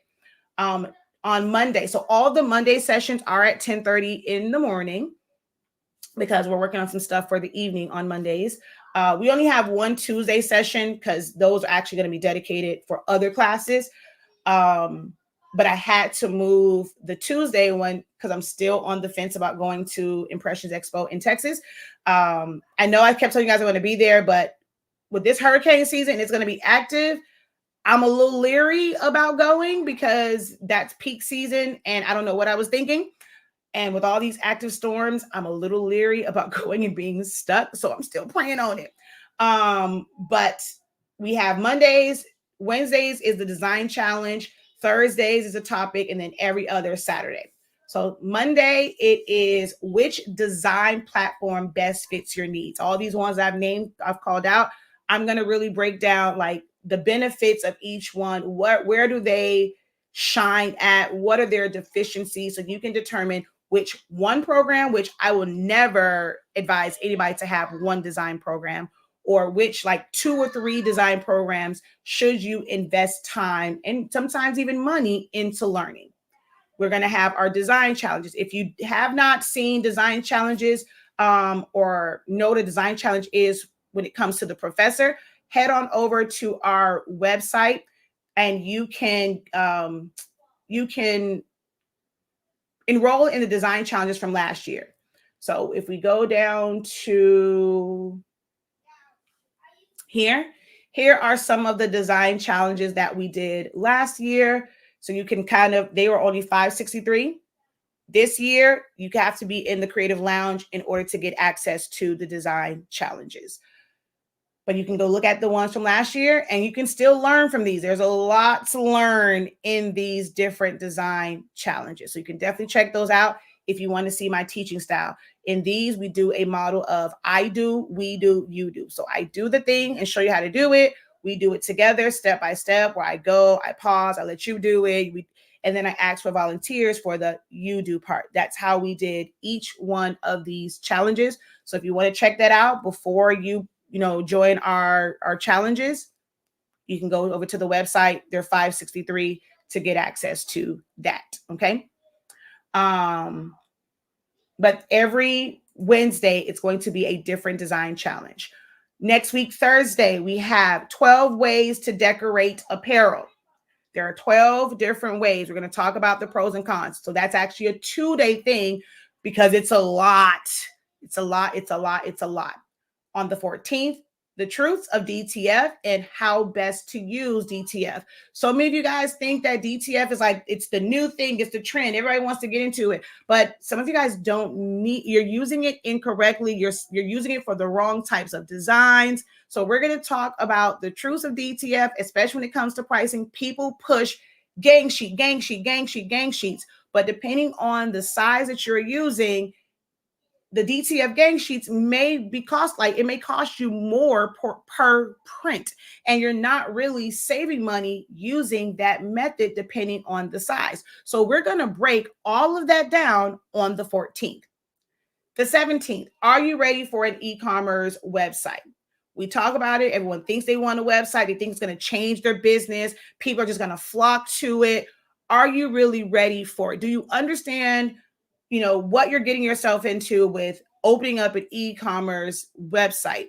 Do you have content to even fill an e-commerce website?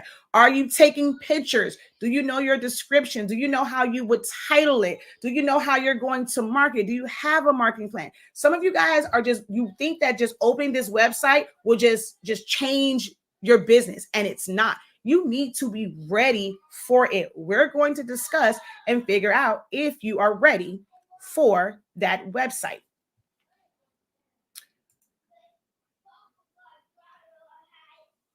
Can someone answer that so I can show it on screen so she knows that you guys can hear me? Then on the 19th, we're going over the different platforms, whether it is Etsy, if it's TikTok Shop, if it's Shopify, if it's Wig, if it's Stand Store, if it's Gumroad, if it's PayHip, Squarespace, like all those different things. All of these different platforms, what are their benefits? Is one better for me over the other? How does it affect me if I'm shipping? If I'm someone that does digital products, which one is best for me? Which one fits within my budget? We're going over all of that on the 19th. Okay. On the 21st, low cost marketing strategies.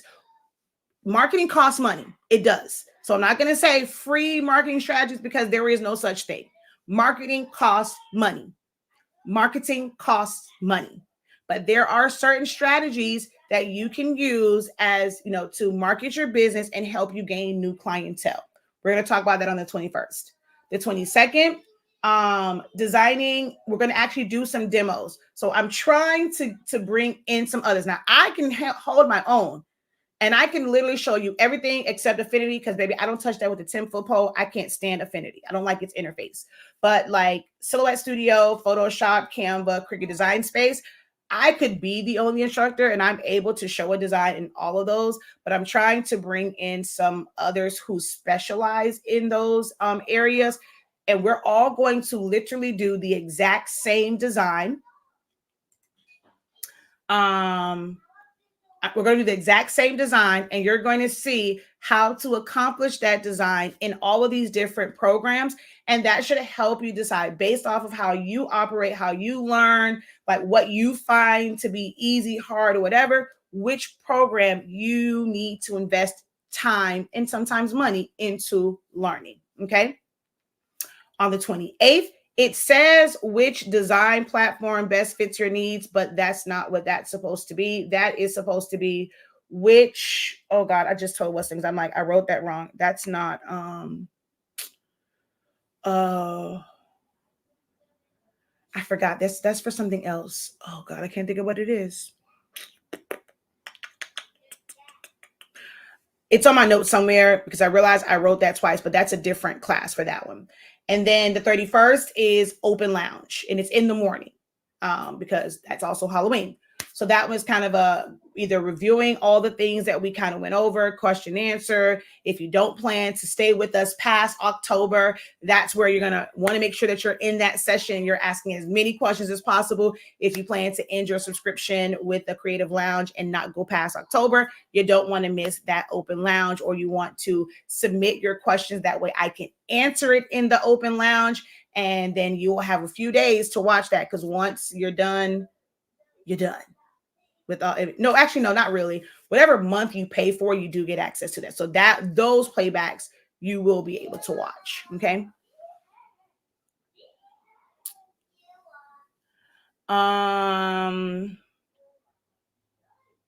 So that's that. So, and that is, let me go to here, go back over here. There's a couple different options. You can do it on automatic monthly. The first month is $36.50. Each month after that, you're paying $25.63, and it'll just be an automatic thing. If you don't want it to be automatic, or if you want to use your PayPal account with subscriptions, you can't use PayPal because it doesn't integrate that way, because they do subscriptions via Stripe. So it has to be connected to a credit card. But if you want to do it via PayPal, you still can. It's just that you're going to have to pay $36.50 every month, and you're going to have to remember to go in there to come in here and literally pay that every single month. But it'll prompt you anyway. So let's say you come into the system, you try and click on something, and it tells you that you don't have access. It'll prompt you to go and pay for it, for you to renew your subscription for the month.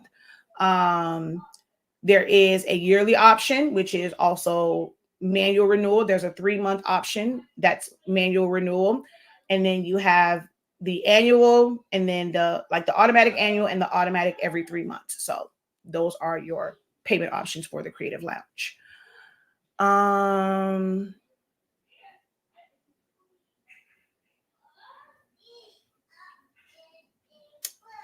let's see.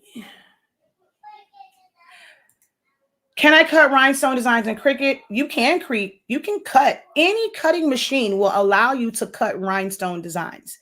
Any machine that can open up the file type, which will normally be like an SVG, although I have seen some saved as a DXF file. Any file, any machine that can open up however that rhinestone design is saved. Normally it's like rhinestone templates are vector. They're not going to be a PNG file because you can't cut those. They're not going to be a JPEG file because you cannot cut those. They're not going to be a Photoshop file because you cannot cut those. A rhinestone design, depending on where it was designed at, will be it's basically just a series of circles. So it's going to be, if it's done in CorelDRAW, some people might save it as a CorelDRAW file extension. CorelDRAW has its own file extension. If it was done in Illustrator, it can be saved as an AI file. It can be saved as an SVG file. It can be saved as a DXF file. It can be saved as a PDF file, and it will actually open up in a program like Silhouette Studio, ready to cut. You can design it in Silhouette Studio. You can design it in like whatever program. You can get rhinestone letters and you're going to type them out and they will be ready to cut. So any machine can cut it. Can you design them in any program? Technically, yes, as long as you know the circle size for that, whatever stone you are using. You're just going to create that circle and you're going to manually arrange those circles to make your design. Silhouette Studio, however, has a built-in feature that will take any vector shape and turn it into a rhinestone design. For this, the inside part is a full colored design. Will it turn this into a rhinestone design? No, it's not going to go and make the 3 rhinestone, make her. But the outside shape, if I was to fill this in with color, that shape is what's considered vector. I would be able to go over to rhinestone and fill this in with stones. Do the outline with stones.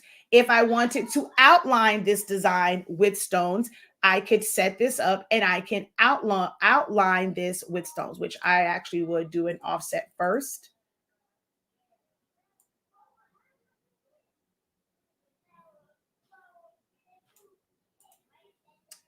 And then I would do rhinestones. Okay. So any machine can cut it. Not every machine can design it with such ease. So that's the difference. You have to open the rhinestone panel to change the image to fit your size rhinestones before cutting. Yes, because you have to go here anyway to set it. If it was a pre-made rhinestone design where you purchased a file, for that one, this would mean nothing. This will not change anything on that because that has already been flattened. When I say flattened, that has already been released. It's an SVG. This panel only works when it is a vector file and you're going to apply, like it's a solid vector file, and you're going to apply the stones. And yes, you would come here to select the size stone that you want to use. If it is a pre-made design, you cannot come here. If the design was made with 10SS, you cannot come into the rhinestone panel and just change it to 20SS or 6SS or whatever. You cannot just change it like that.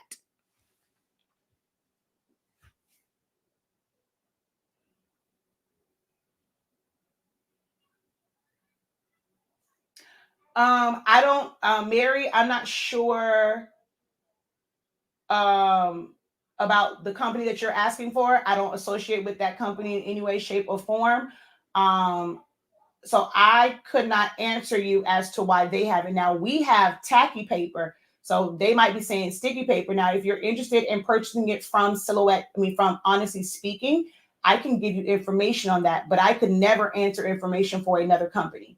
We sell sublimation paper and ink as well. I know you probably didn't know that because we're talking about Silhouette Studio, but I'll reset the room real quick. If there are people here who are new and you don't know who I am, I know you can't see my face. I'll take you over here to our creative lounge so you can see my face. My name is Shakia, the professor. I have been teaching Silhouette Studio and just all things creative and crafty for about 10 years now. My background is in graphic designing. I started that in the 10th or 11th grade. One of those ones where I took anatomy and physiology at Barbara Goldman. They put a pig in front of me and said, cut it. And I said, hells no. I walked out the classroom.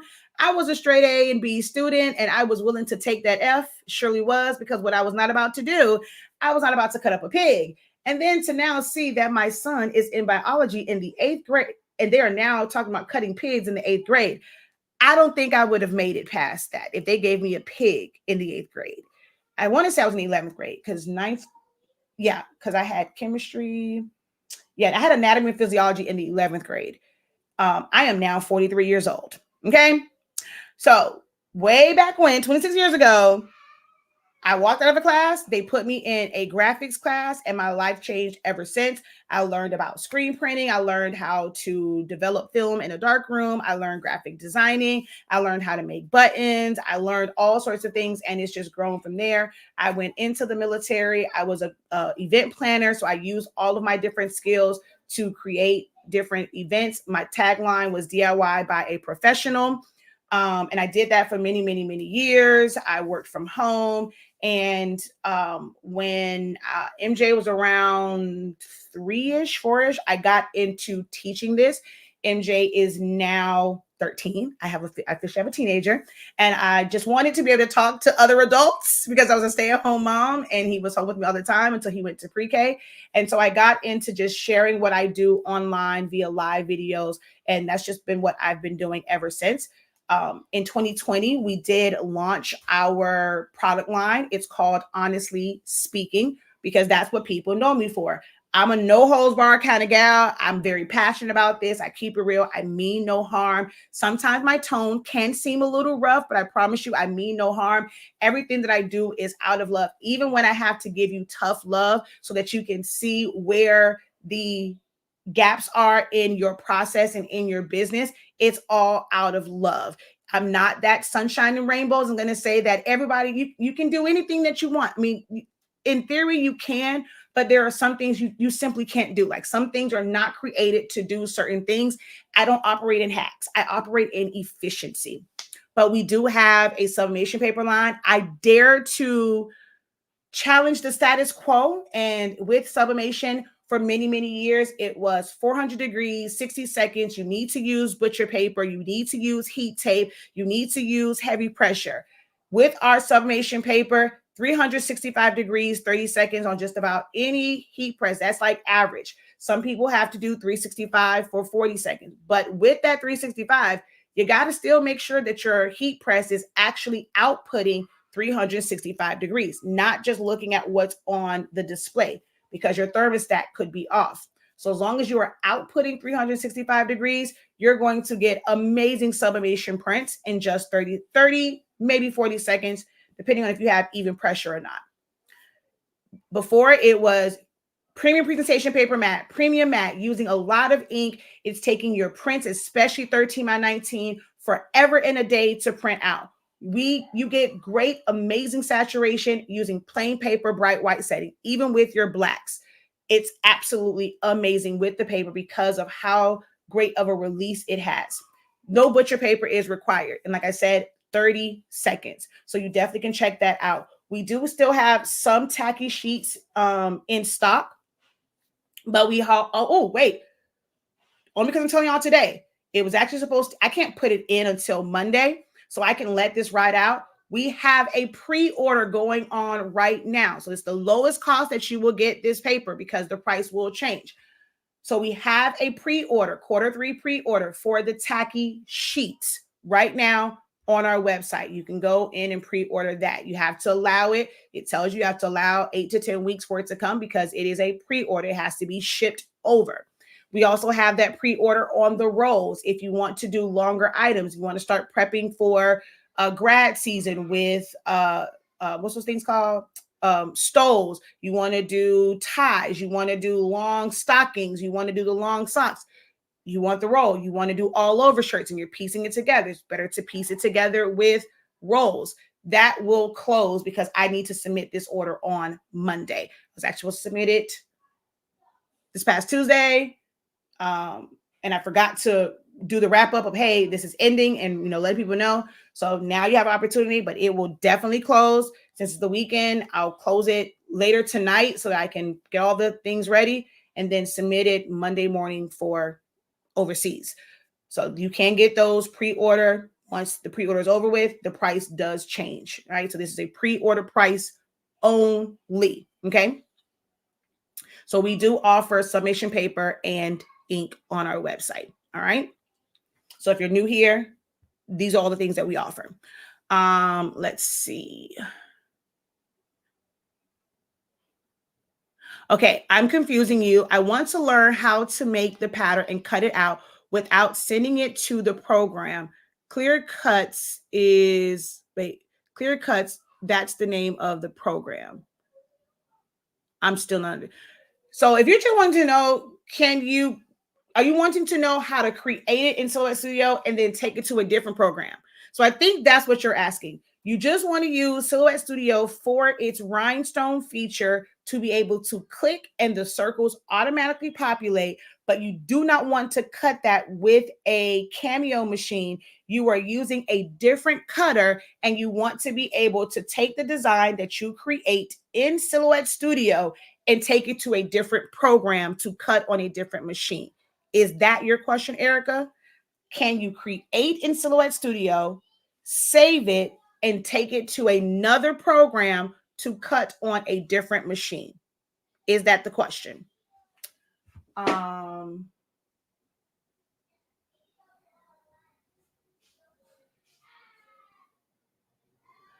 finally able to purchase paper and ink after. Oh, I see what you're saying. I didn't see that first part. Okay, Mary. I see yours is connected. You want to move away from them other folk. Okay. Yes. So the tacky paper, what that does is it creates a temporary tack when you press it. So it's not sticky out of the pack. The tack is heat activated, and that can prevent your paper from shifting, which can cause ghosting. Now, our regular paper, I use that all the time, very minimal ghosting. I personally prefer to use my tacky paper if I'm doing something that is oversized. I only have a 16 by 20 heat press, but sometimes my images are longer, i.e. stoles. So with that tacky paper, when you press it, that first press, it's going to stay in that area and it won't shift and move to where you're going to see a shift in your print. It's for just fabrics to temporarily stick to the fabric once you press it. That is what tacky paper is. Will your classes show step-by-step print and cut? I have classes that show step-by-step and for print and cut. So I'm not sure which one you're referring to, but yes, we have a class that was called First Cuts. And that's why I said, I think I will turn my first cuts into a full-on challenge for Silhouette. But we have a class that's called Silhouette First Cuts. Even if it's not your first, we go through cutting on cardstock, cutting on adhesive vinyl, cutting on HTV, cutting on adhesive, like sticker paper, which is normally like a print and cut. And then we'll do like a cardstock print and cut as well. So when we do first cuts, we go through all of these cuts so that you understand how to adjust your blade. Yes, we do go step by step in that particular class.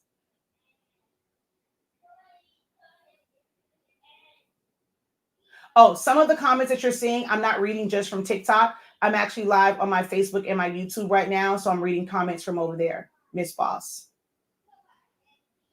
I'm new to sublimation printing. I still need to buy a printer, but I'm excited I found your page. So, man, I've had so many discussions when it comes to printers. Oh my OMG. I don't know what your budget is, but we can discuss that.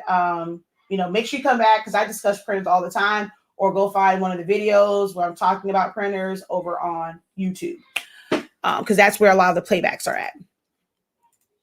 How do you change the color of an existing SVG or PNG? So that's a loaded question because it depends on like the PNG. So this one was a PNG file. Are you able to change individual colors on this? Absolutely not. You can technically adjust the color by going to image effects and going to hue, and you can change the colors, but it's going to change all the colors. If you're wanting to change just one area, you have to isolate that one particular area. For an SVG, an SVG will technically come in and probably look like this. It's a vector file. Vector means it's basically all shapes that you can fill with colors and or patterns. So for an SVG, if it comes in like this, or it might come in. Now this one I traced and I vectorized it in the program. But an SVG is scalable vector graphic. It's just a vector. So sometimes it may come in like this. Just depends.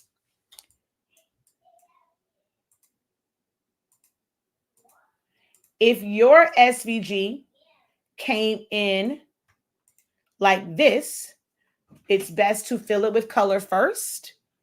And then you're going to right click and release compound path. Once you do that, you can click off and you are now able to fill in each element.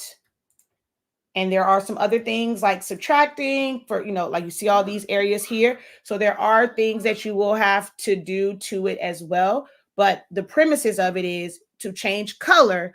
All you have to do is release compound path and then adjust the colors and subtract where it needs to be subtracted, or make it a compound path where it needs to be made into a compound path. So let's say like in this area right here, this is supposed to be an open space. I'm going to go through here, hold down shift in here. I don't need her hand. And I'm going to go over to my modify panel and subtract so that those areas are open and they aren't filled with color. So you have to learn that part of the designing process. If you want to learn, her classes are very helpful and full of tips and tricks. Thank you so much for that. And I'm going to release the code today because I realized it wasn't on there. But yes, the Creative Lounge comes with a discount of 50% on all classes. So that will be, I'll put that on your dashboard as soon as I get off this live. The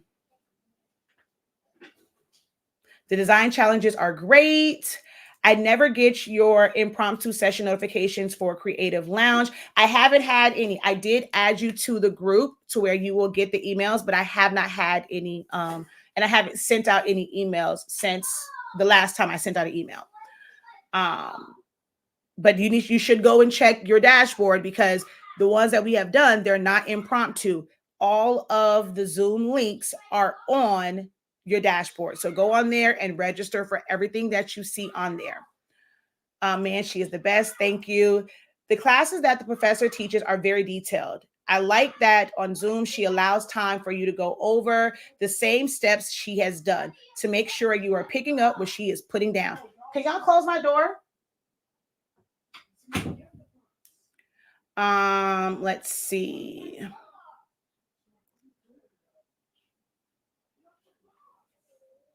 Incredible morning. Hello, hello, hello, hello.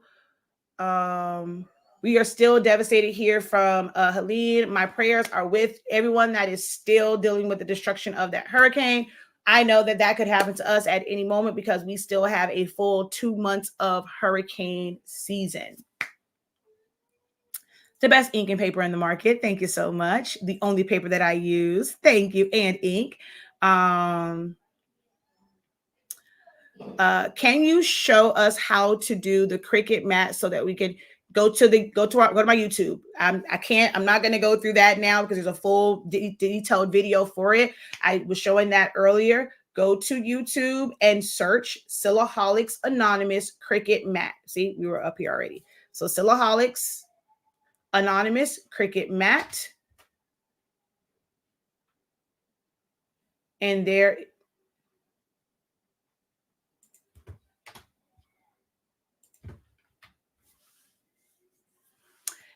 is a video where it's straight to the point. It was pre-recorded 5 years ago. So you have this one, and then the demonstration of how to set the mat up is here. Or you can watch this live video. And I was live when I did this one. So it's a little bit longer. It's 41 minutes, but I was also answering questions away when I was doing this video. So either one of those will walk you through step by step how to set up your Cricut mat. Okay, so there you go.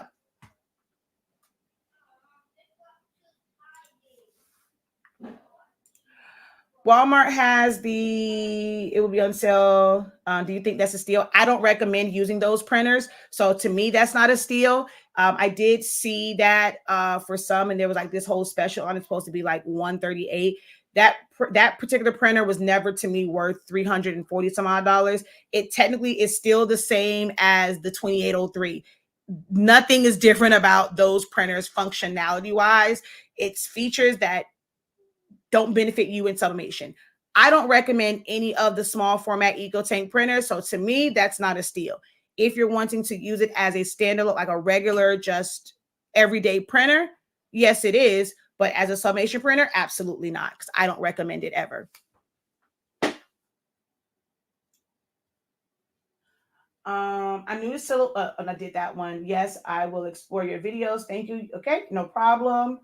Hey, Aquisha, please hold.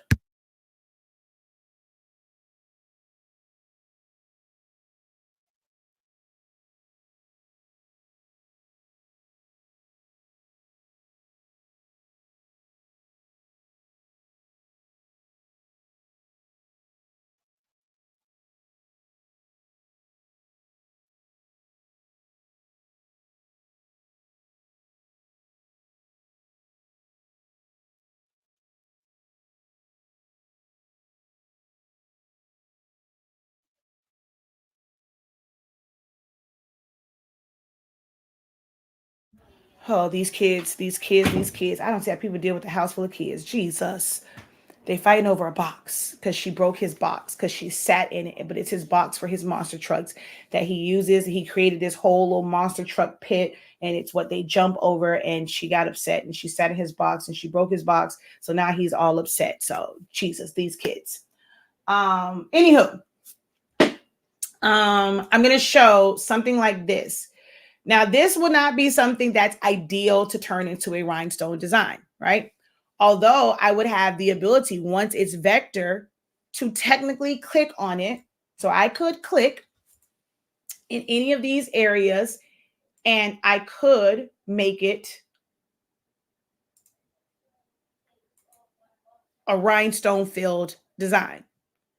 But this is so detailed. You would have to do a mixture of small and large and all. This would not be ideal to set up as a rhinestone design, even though you have the ability to do it. It would be so much adjusting to this.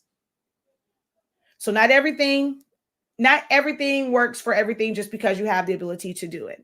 But if you wanted to make this into, so I'm going to show you how this originally looks. Can y'all see the pixelation in this? Do y'all see all that pixelation?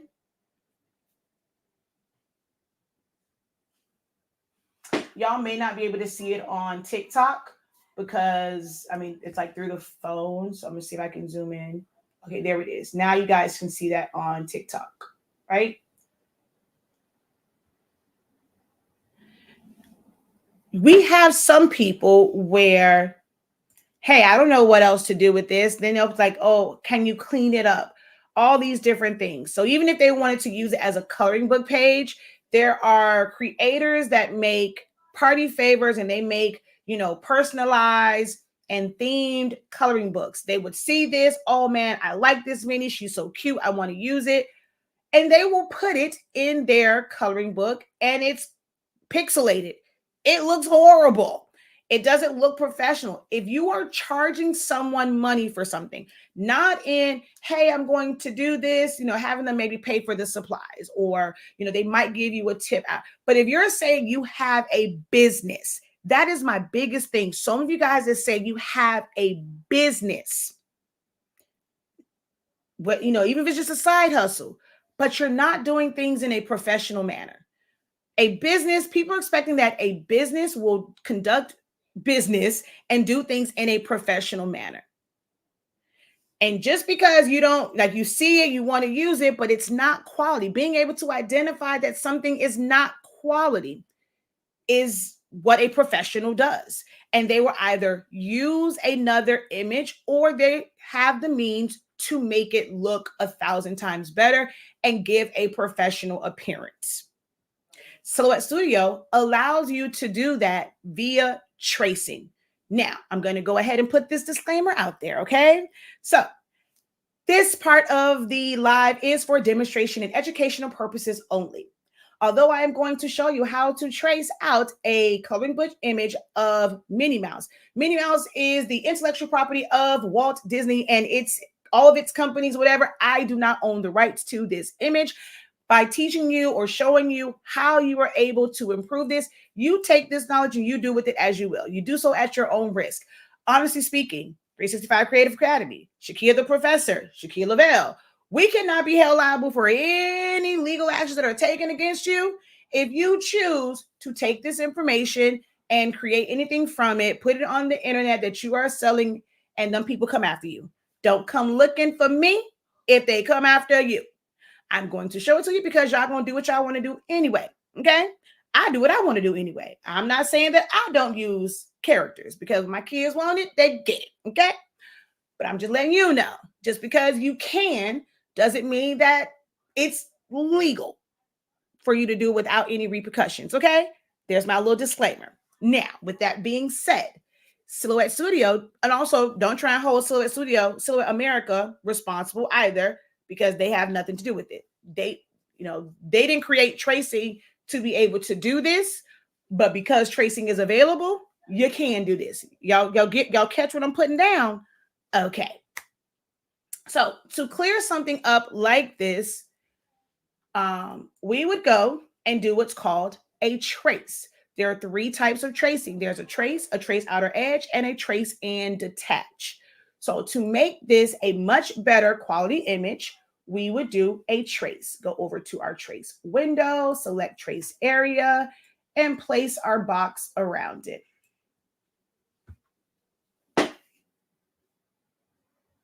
This ain't one of them. They may have some stuff. It's the things that are like the old school Mickey that's no longer protected, but baby, this ain't one of them. This one is fully protected. You use this, them folk coming after you, okay? Or they can come after you. So we're going to go ahead and put you'll see the yellow lines, force of habit for me to drop this. And I'm just going to drop just a little bit just in case. And we're going to go trace, not trace and detach. We're not trying to get the exact size of this. We're not trying to do a regular print and cut of this as is. We want it to be a better quality for our coloring book pages, or we want to be able to color it in so that we can use it in a digital design, like an invitation, like a chip bag, Rice Krispie treats, Capri Suns, Hershey, all these other, candies and favors that you guys make. You want to put it on a popcorn box. You want to do whatever to it. You can fill it in with color. You can turn it into a sticker. Once you have it set up, the possibilities are limitless. Okay. So once we've done our trace on this, we're going to move it off to the side. And I like to just simplify because sometimes you get like little jagged lines on it. So I double click on it and I go to simplify. And that normally clears up a lot of those. And you see how it takes away a lot of those edit points. Sometimes I do go in if I see something is like way off, and I will go in and correct it. So many crafters, they think that tracing and Even with the simplified, like that's the end of it, right? Like you don't have to do anything else. It just depends on the level, like the quality level that you want to represent you and your business. So for me, I do often go in and modify these traces or these elements after I've traced them, after I have created them. I will go in and I will do some modifications to get it up to the level that I want it to be. Because this image was quite pixelated, some areas won't be as sharp as they should be. They won't be as rounded as they should be. Like the gift, for example, this is supposed to be a solid box with straight edges, but with the trace, it is not. So a lot of the edges are like rounded off. I would go in and like recreate certain parts of this to have it look exactly how I want it to look, to where it has straight angles. I can always tell when someone sells something on Etsy and all they did was a trace. They didn't bother to clean it up or anything, and they just sell it because y'all in these groups, oh my God, that's so amazing. Just because you don't know how to do a simple trace, which anyone can do, you're willing to pay for it, but then they didn't do anything to clean it up. And then y'all end up coming to me, Professor, can you help me? Because I got this from Etsy, but it's all jacked up. This isn't supposed to be like that. Then I have to go clean it up. I charge to clean up, but I am available to clean it up for you. But now that we've done this trace, if I simply fill this in with black and I take off the line color, this is now a better quality coloring page. I can put white behind this or simply put it on, in a template for a mini coloring book or a big coloring book or whatever. I'm just going to put the white behind it. And we can see the clear difference between these two, which they look the same, but one, when you print it out in your coloring book, you're not going to have all these color halos. It's going to be a nice, clean look for that coloring book. Make sense? So tracing serves a lot of purposes. And if I wanted to make this where I fill it in with color to make her dress glittery, to make it yellow for one party, make it pink for another, make it blue, make it purple and pink, make it polka dot, make it this, make it that. If I wanted these balloons to be pastel colors for one party, I wanted them to be jewel tones, I wanted them to be metallic, I wanted it filled in with a pattern, I can do that in Silhouette Studio for free by simply releasing Compound Path.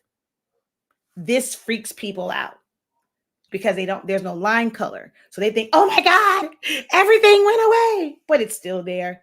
We turn on our line color and we can see everything.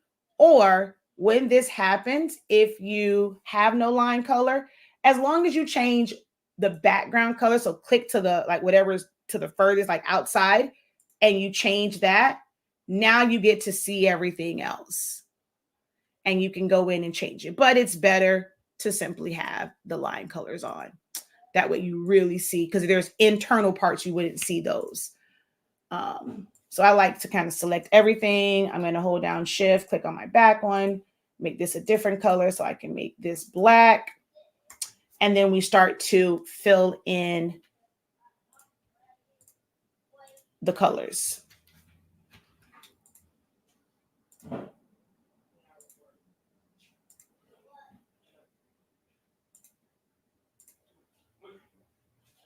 Okay.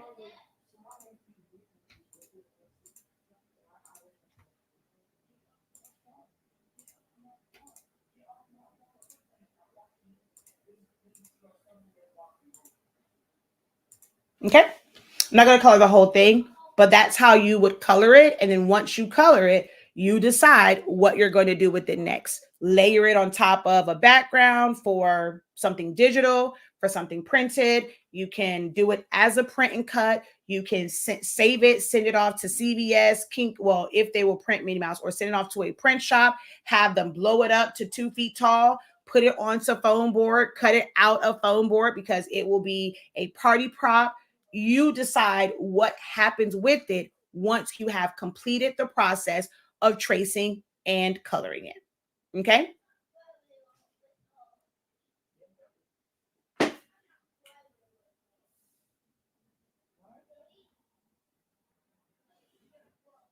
All right.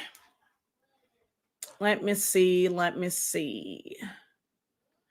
This live is speaking to me. I'm starting right on time. I've been saying for the past few months, I want my items to look professional, not crafty. I get a lot of flack. I am so you'll hear me say a lot about, saying crafters because that's who my audience is. I don't want you to remain a crafter. But I am learning through coaching and stuff like that I have to use that word crafters because that's what a lot of you guys consider yourselves.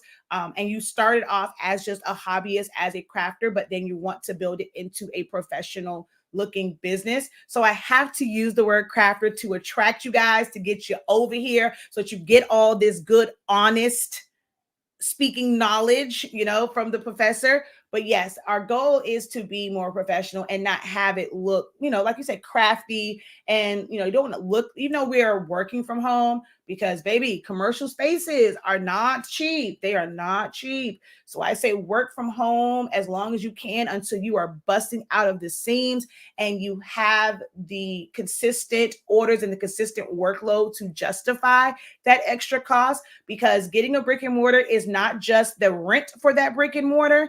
Hunty, everybody taxes businesses, okay? You pay more, the same lights, okay? You're getting electricity from the same poles, the same transformers as everybody else. But because your meter is attached to a commercial building, guess what? You're being charged more for every piece of wattage that you are using. You're being charged more.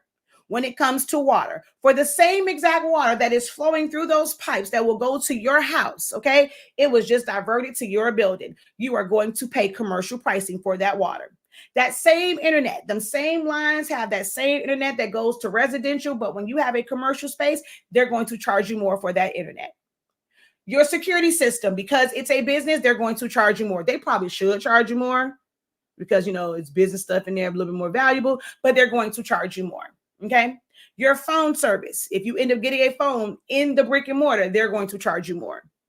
You want to be able to watch some TV in your office, they're going to charge you more. So getting a brick and mortar, there's a lot of fees that people don't talk to when they're telling you to get this space. They're not telling you about all them other fees that come with it. And it's way more than just the rent. Oh, I can afford this. Oh, I'm doing these kind of things. I can afford this. But baby, it's expensive. When you have your insurance, now that people are coming onto your property, you need to have better business insurance, because if they slip and fall, guess who they suing? You. So you got to have some insurance. Work out of your house until there is a demand. You are literally busting out of the seams. Work in your house until then. Ain't no shame or blame, but your business doesn't have to look like you're working out of your home. There's a lot of things that you can do where people are not coming to your home to pick up orders. In your website, just how you conduct business, your systems, how you answer your phones, all these different things. It's just your home is the place where you're creating, but your business does not have to look homegrown. Okay. All right. Any other questions for me? I got to get out of here. I have to prep myself because I need to be camera ready. We have a session at 11:30. If you are interested, you can join now and then join us at 11:30. We're discussing all things cutting machines. It's $36.50. Even if you only want to stay in 1 month, this is everything that you are getting for $36.50 for the month of October. All of these topics, and you'll also get the design challenges. And there is a session with me, an open forum, open Q&A, open networking session every Monday through Friday at 9:30 a.m. Eastern Standard Time. Okay.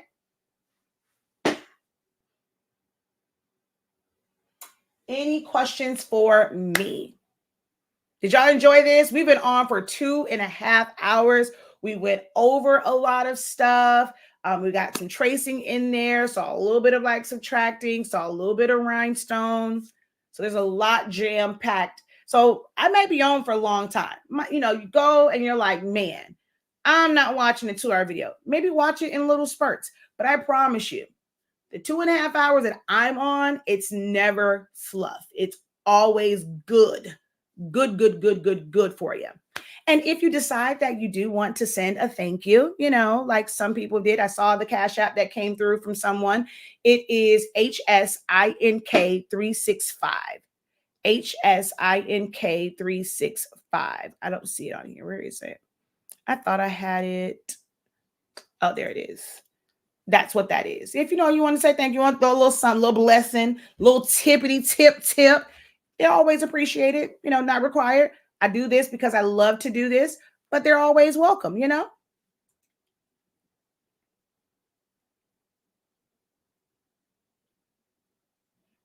slept in this morning. It's okay. It's okay. Thank you for sharing your knowledge and expertise. So informative. You are very welcome. What does that say? Mrs. Bunts. Wonderful. This will continue to happen for you. Thank you. This will happen for you. Thank you so much. You are very, very welcome. And thank you for, which would seem like a blessing for continued growth over my business. Thank you. You are very welcome. But you can, like I said, you can join us in the Creative Lounge. The link is in the description of the video. The link is the first link. If you go to the link tree on my bio, it's the very first link there. And it will take you to our Academy site here. You're going to go under all courses, and you're going to look for Creative Lounge or type it into the search Creative Lounge. And that is how you join us today at 11:30 a.m., how you join us Monday at 10:30 a.m., Wednesday at 6:30 p.m., Friday at 6:30 p.m. Is it Friday? No, next week next week we have a session Monday, Wednesday, Thursday, and Friday. And how you can join us every Monday through Friday, 9:30 a.m. Eastern Standard Time. If you would like to learn Silhouette Studio and learn all of those little tips and tricks and how to really use that program, Essentials of Silhouette Studio teaches you the program. We have a class that's called First Cuts, which I'll just type it in.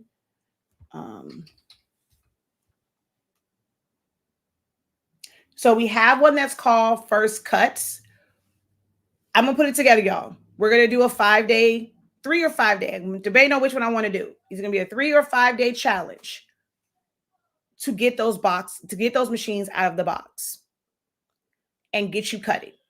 I'll give you enough time if you want to, even if you just kind of, Dollar Tree sells vinyl. Dollar Tree sells adhesive vinyl. You can go to probably Michael's to get you some HTV vinyl, but cardstock, easy to get.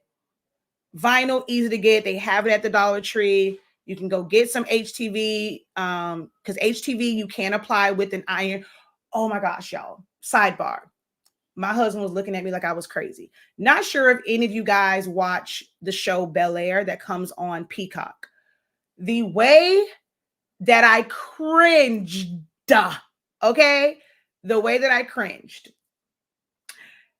Carlton and Will were starting because they're in this entrepreneurship thing or whatever.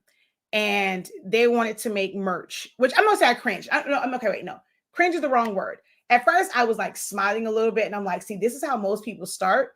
But what made me I was like, oh my God, he's using the iron, and they're selling it. But it was fun. I would say maybe cringe. It was funny to me, and I was just like, oh no. And my husband was like, oh my God, chill out. Because as we were talking about entrepreneurship, and I was just like, oh my God, no. He's like, Shakia, it's just a show. I don't care, because you're going to have people who want to be entrepreneurs and they're watching this and thinking that this is right. And it's not, especially on the t-shirt front. But they had these printouts and they were putting it on with an iron. Hella funny.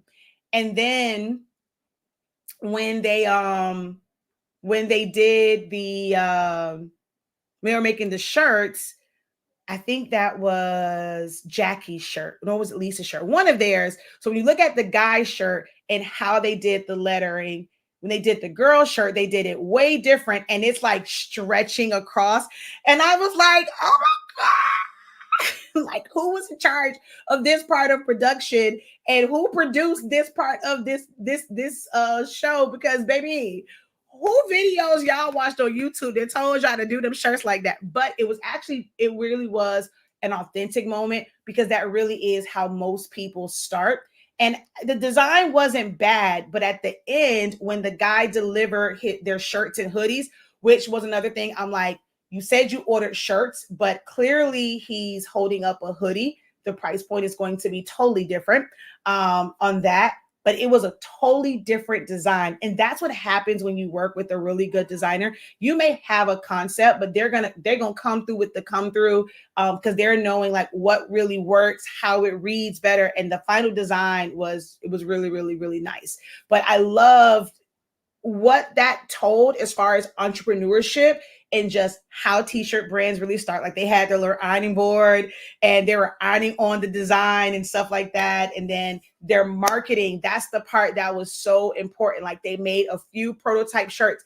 I love the fact that in the episode they kept saying prototypes. Even the guy Q was like, okay, yeah, your little prototypes are cute, but when you gonna have some actual inventory and products? So that episode, like those couple of episodes and like those segments were so authentic to the entrepreneurship journey. And that part about marketing and the social media part of it is what a lot of you guys who want to start brands, you're missing that. You're relying on social media, just posting from your from your home, instead of going out and getting content like that. Like, I love, as a business coach, especially for things like creating t-shirt and starting brands, I smiled, but also cringed a little bit. And then like at the end, he's like, how are we going to sell 1,000? I'm like, you don't have, because the guy was like, you have to pay it in 7 days.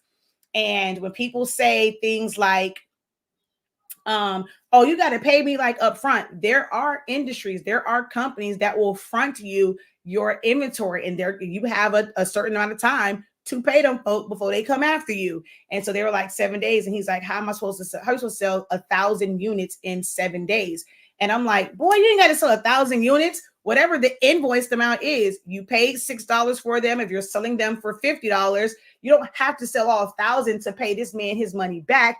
You have to sell all 1,000 for you to make a profit. So I was in straight business coach mode that entire episode. I got to go back and watch it to make sure that I didn't miss anything like as a regular viewer, but I was literally in business coach mode like for like 3 episodes of Bel Air. It was amazing. But yeah, anywho, thank you guys so very. But we're gonna have the challenge for this, like with making shirts. Or if you're gonna cut HTV, you can use an iron. I said all that to say, even if you are just starting out, you may not have a heat press with HTV, especially the Caesar brand. I can't speak for a lot of the other ones, but I can tell you for sure, whether you get it online and get it at a discounted price, or if you go into the store and buy that high priced retailed one, with Caesar, you can apply it with an iron. So you can partake in everything that we will do for this challenge. Now, this ain't it. This is just if you want to go to the first cuts, then you want to attend that, you want to watch that one. But I will put together a multi-day challenge for getting your machines out of the box. Okay.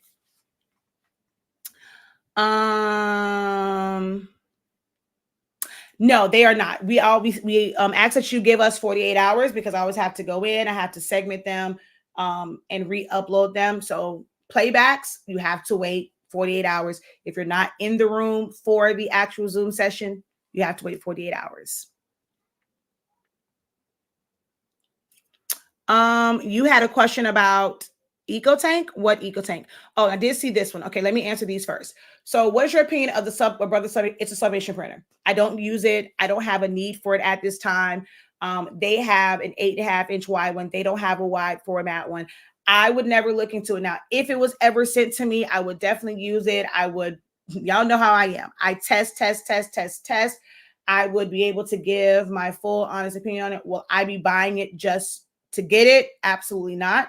Obviously, I'm not one of those influencers where they just send stuff to, but I am probably the one they want to send it to. It's a printer. I think their paper is way overpriced just because they have like a little notch in it. You can use regular paper with it, but it's a sublimation printer. To be honest, guys, at the end of the day, sublimation is sublimation.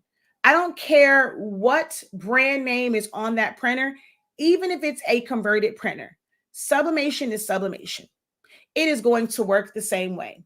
That print printed out of those printers will apply the exact same way. If you are printing it on honestly speaking sublimation paper, guess what? You are going to press that print at 365 degrees for 30 seconds. If you're using them other brands, you're going to be at 400 degrees, 60 seconds, 385, 60 seconds, or whatever. At the end of the day, sublimation works the same way, no matter what third party ink you are using, no matter what name is on the printer. The differences is going to be like is going to be maybe the colors, the way their firmware is, and how they output colors. It might be color accuracy, but color accuracy is also subjective to your eyes and what you see as being accurate, because some of us are, I would say some of us, but some people are colorblind. Also, your monitors. I have two monitors, and what I see on one monitor, especially in programs like Photoshop, is different than what I see on the other monitor because of the settings on the monitors. How you see things on your computer monitor, if you have a laptop and a desktop, they might look different. How they look on your phone with all of the really, really small lights really close together and the backlight of it, certain colors can look more vibrant. They'll look neonish. They'll look brighter. If you turn the brightness down, brightness up, all of these things affect how something looks when you're looking at it. But printing it from a printer is totally different. Every single printer can give you a slightly different tone of color. So the way the colors come out, color accuracy, again, is relative, because are you looking for it to be how someone wants to see it once it's printed out, or how we see it on your screen? That will be, affected. Cost, of course, print speed will be a factor in some of these printers and the price points. But as far as just sublimation, they're all the same. If you have a sublimation printer and it's working for you, switching to Brother is not going to change your life. I promise you that. Because it's a small format printer. And from what I've seen, it does print just as slow as the converted Epson printers. It's not going to change your life. Now, if you have no sublimation printer whatsoever, you can consider getting that one because it is a true sublimation printer. Look at everything like ink cost replacement. Look at the print speed. For though, if you've seen a video and they have not truly discussed print speed, leave a comment. See if they can make a video where they are discussing print speed. I can't give you guys that type of information because I don't own one. One has not been sent to me. But all the other printers that I have experience with, I've done tons and tons and tons of videos giving you the pros and cons of each one of those printers. On your essentials class, is there a section that goes into the simplify option you use? Yes, we have several days. That's within point editing.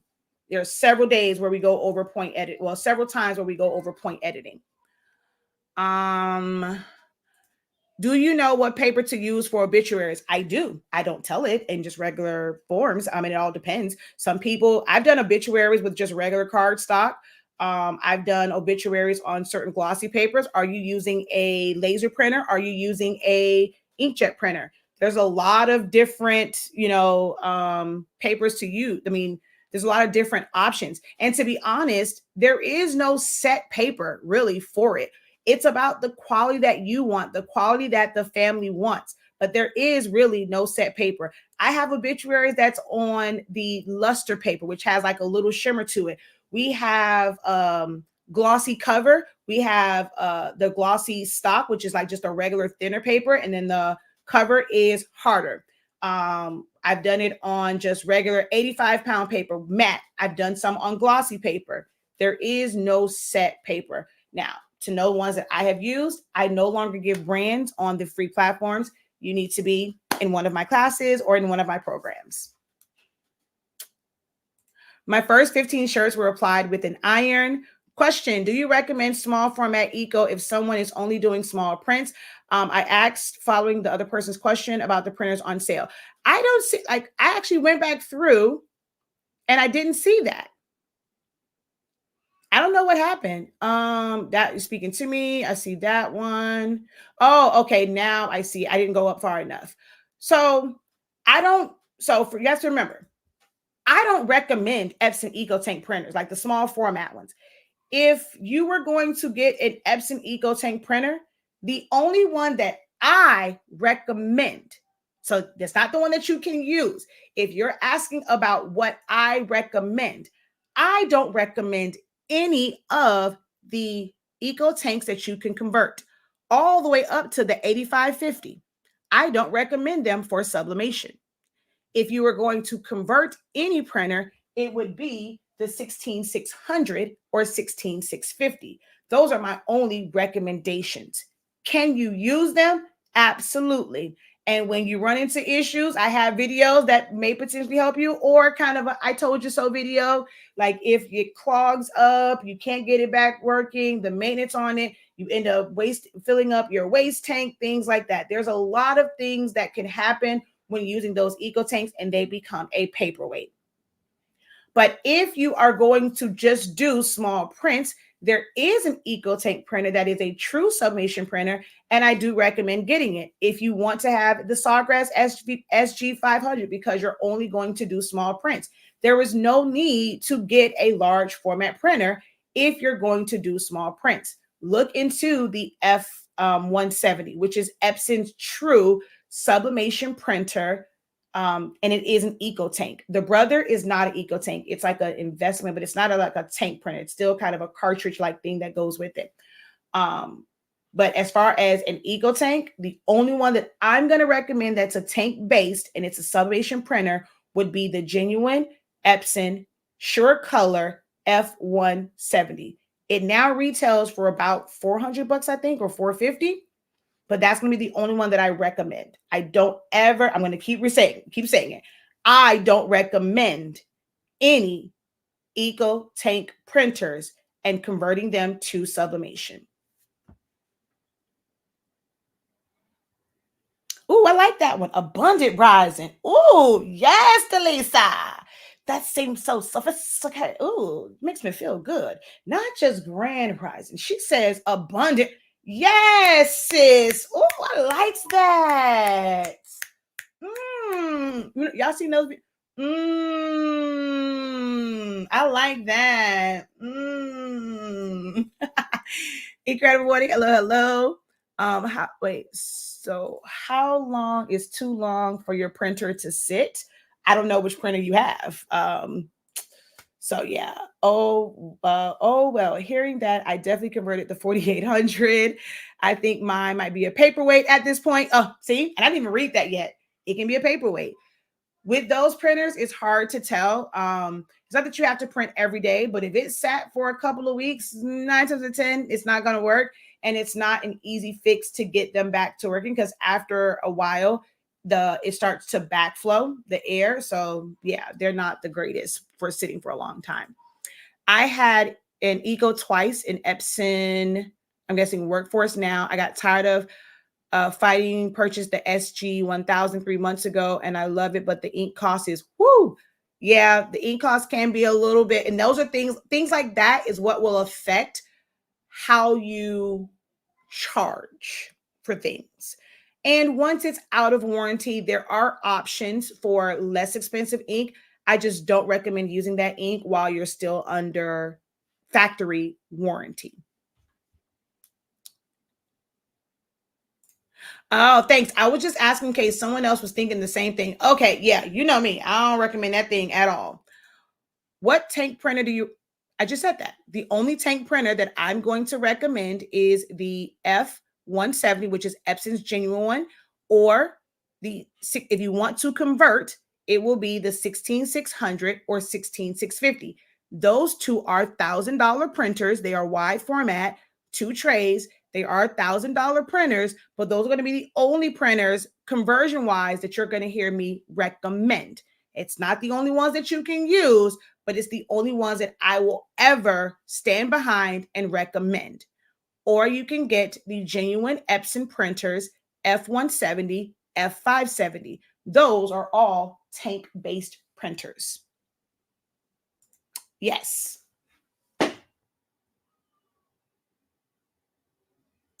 What's the name again?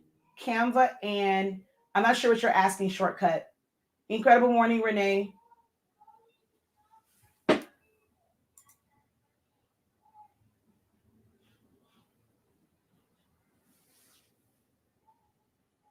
And I'm sorry, that question may have come while I was talking about it, because I'm just scrolling through them now. So I'm just seeing things, and now that I'm at the bottom, I saw yours. So I'm sorry if you had already posted that before I answered it. Thank you. Been out of the creative loop for some time. Miss seeing you live. Learned a lot from you. Thank you. Oh, wait, you're on both platforms? Hey, you're watching me on both platforms. Thank you so much. That's so cool. Ah.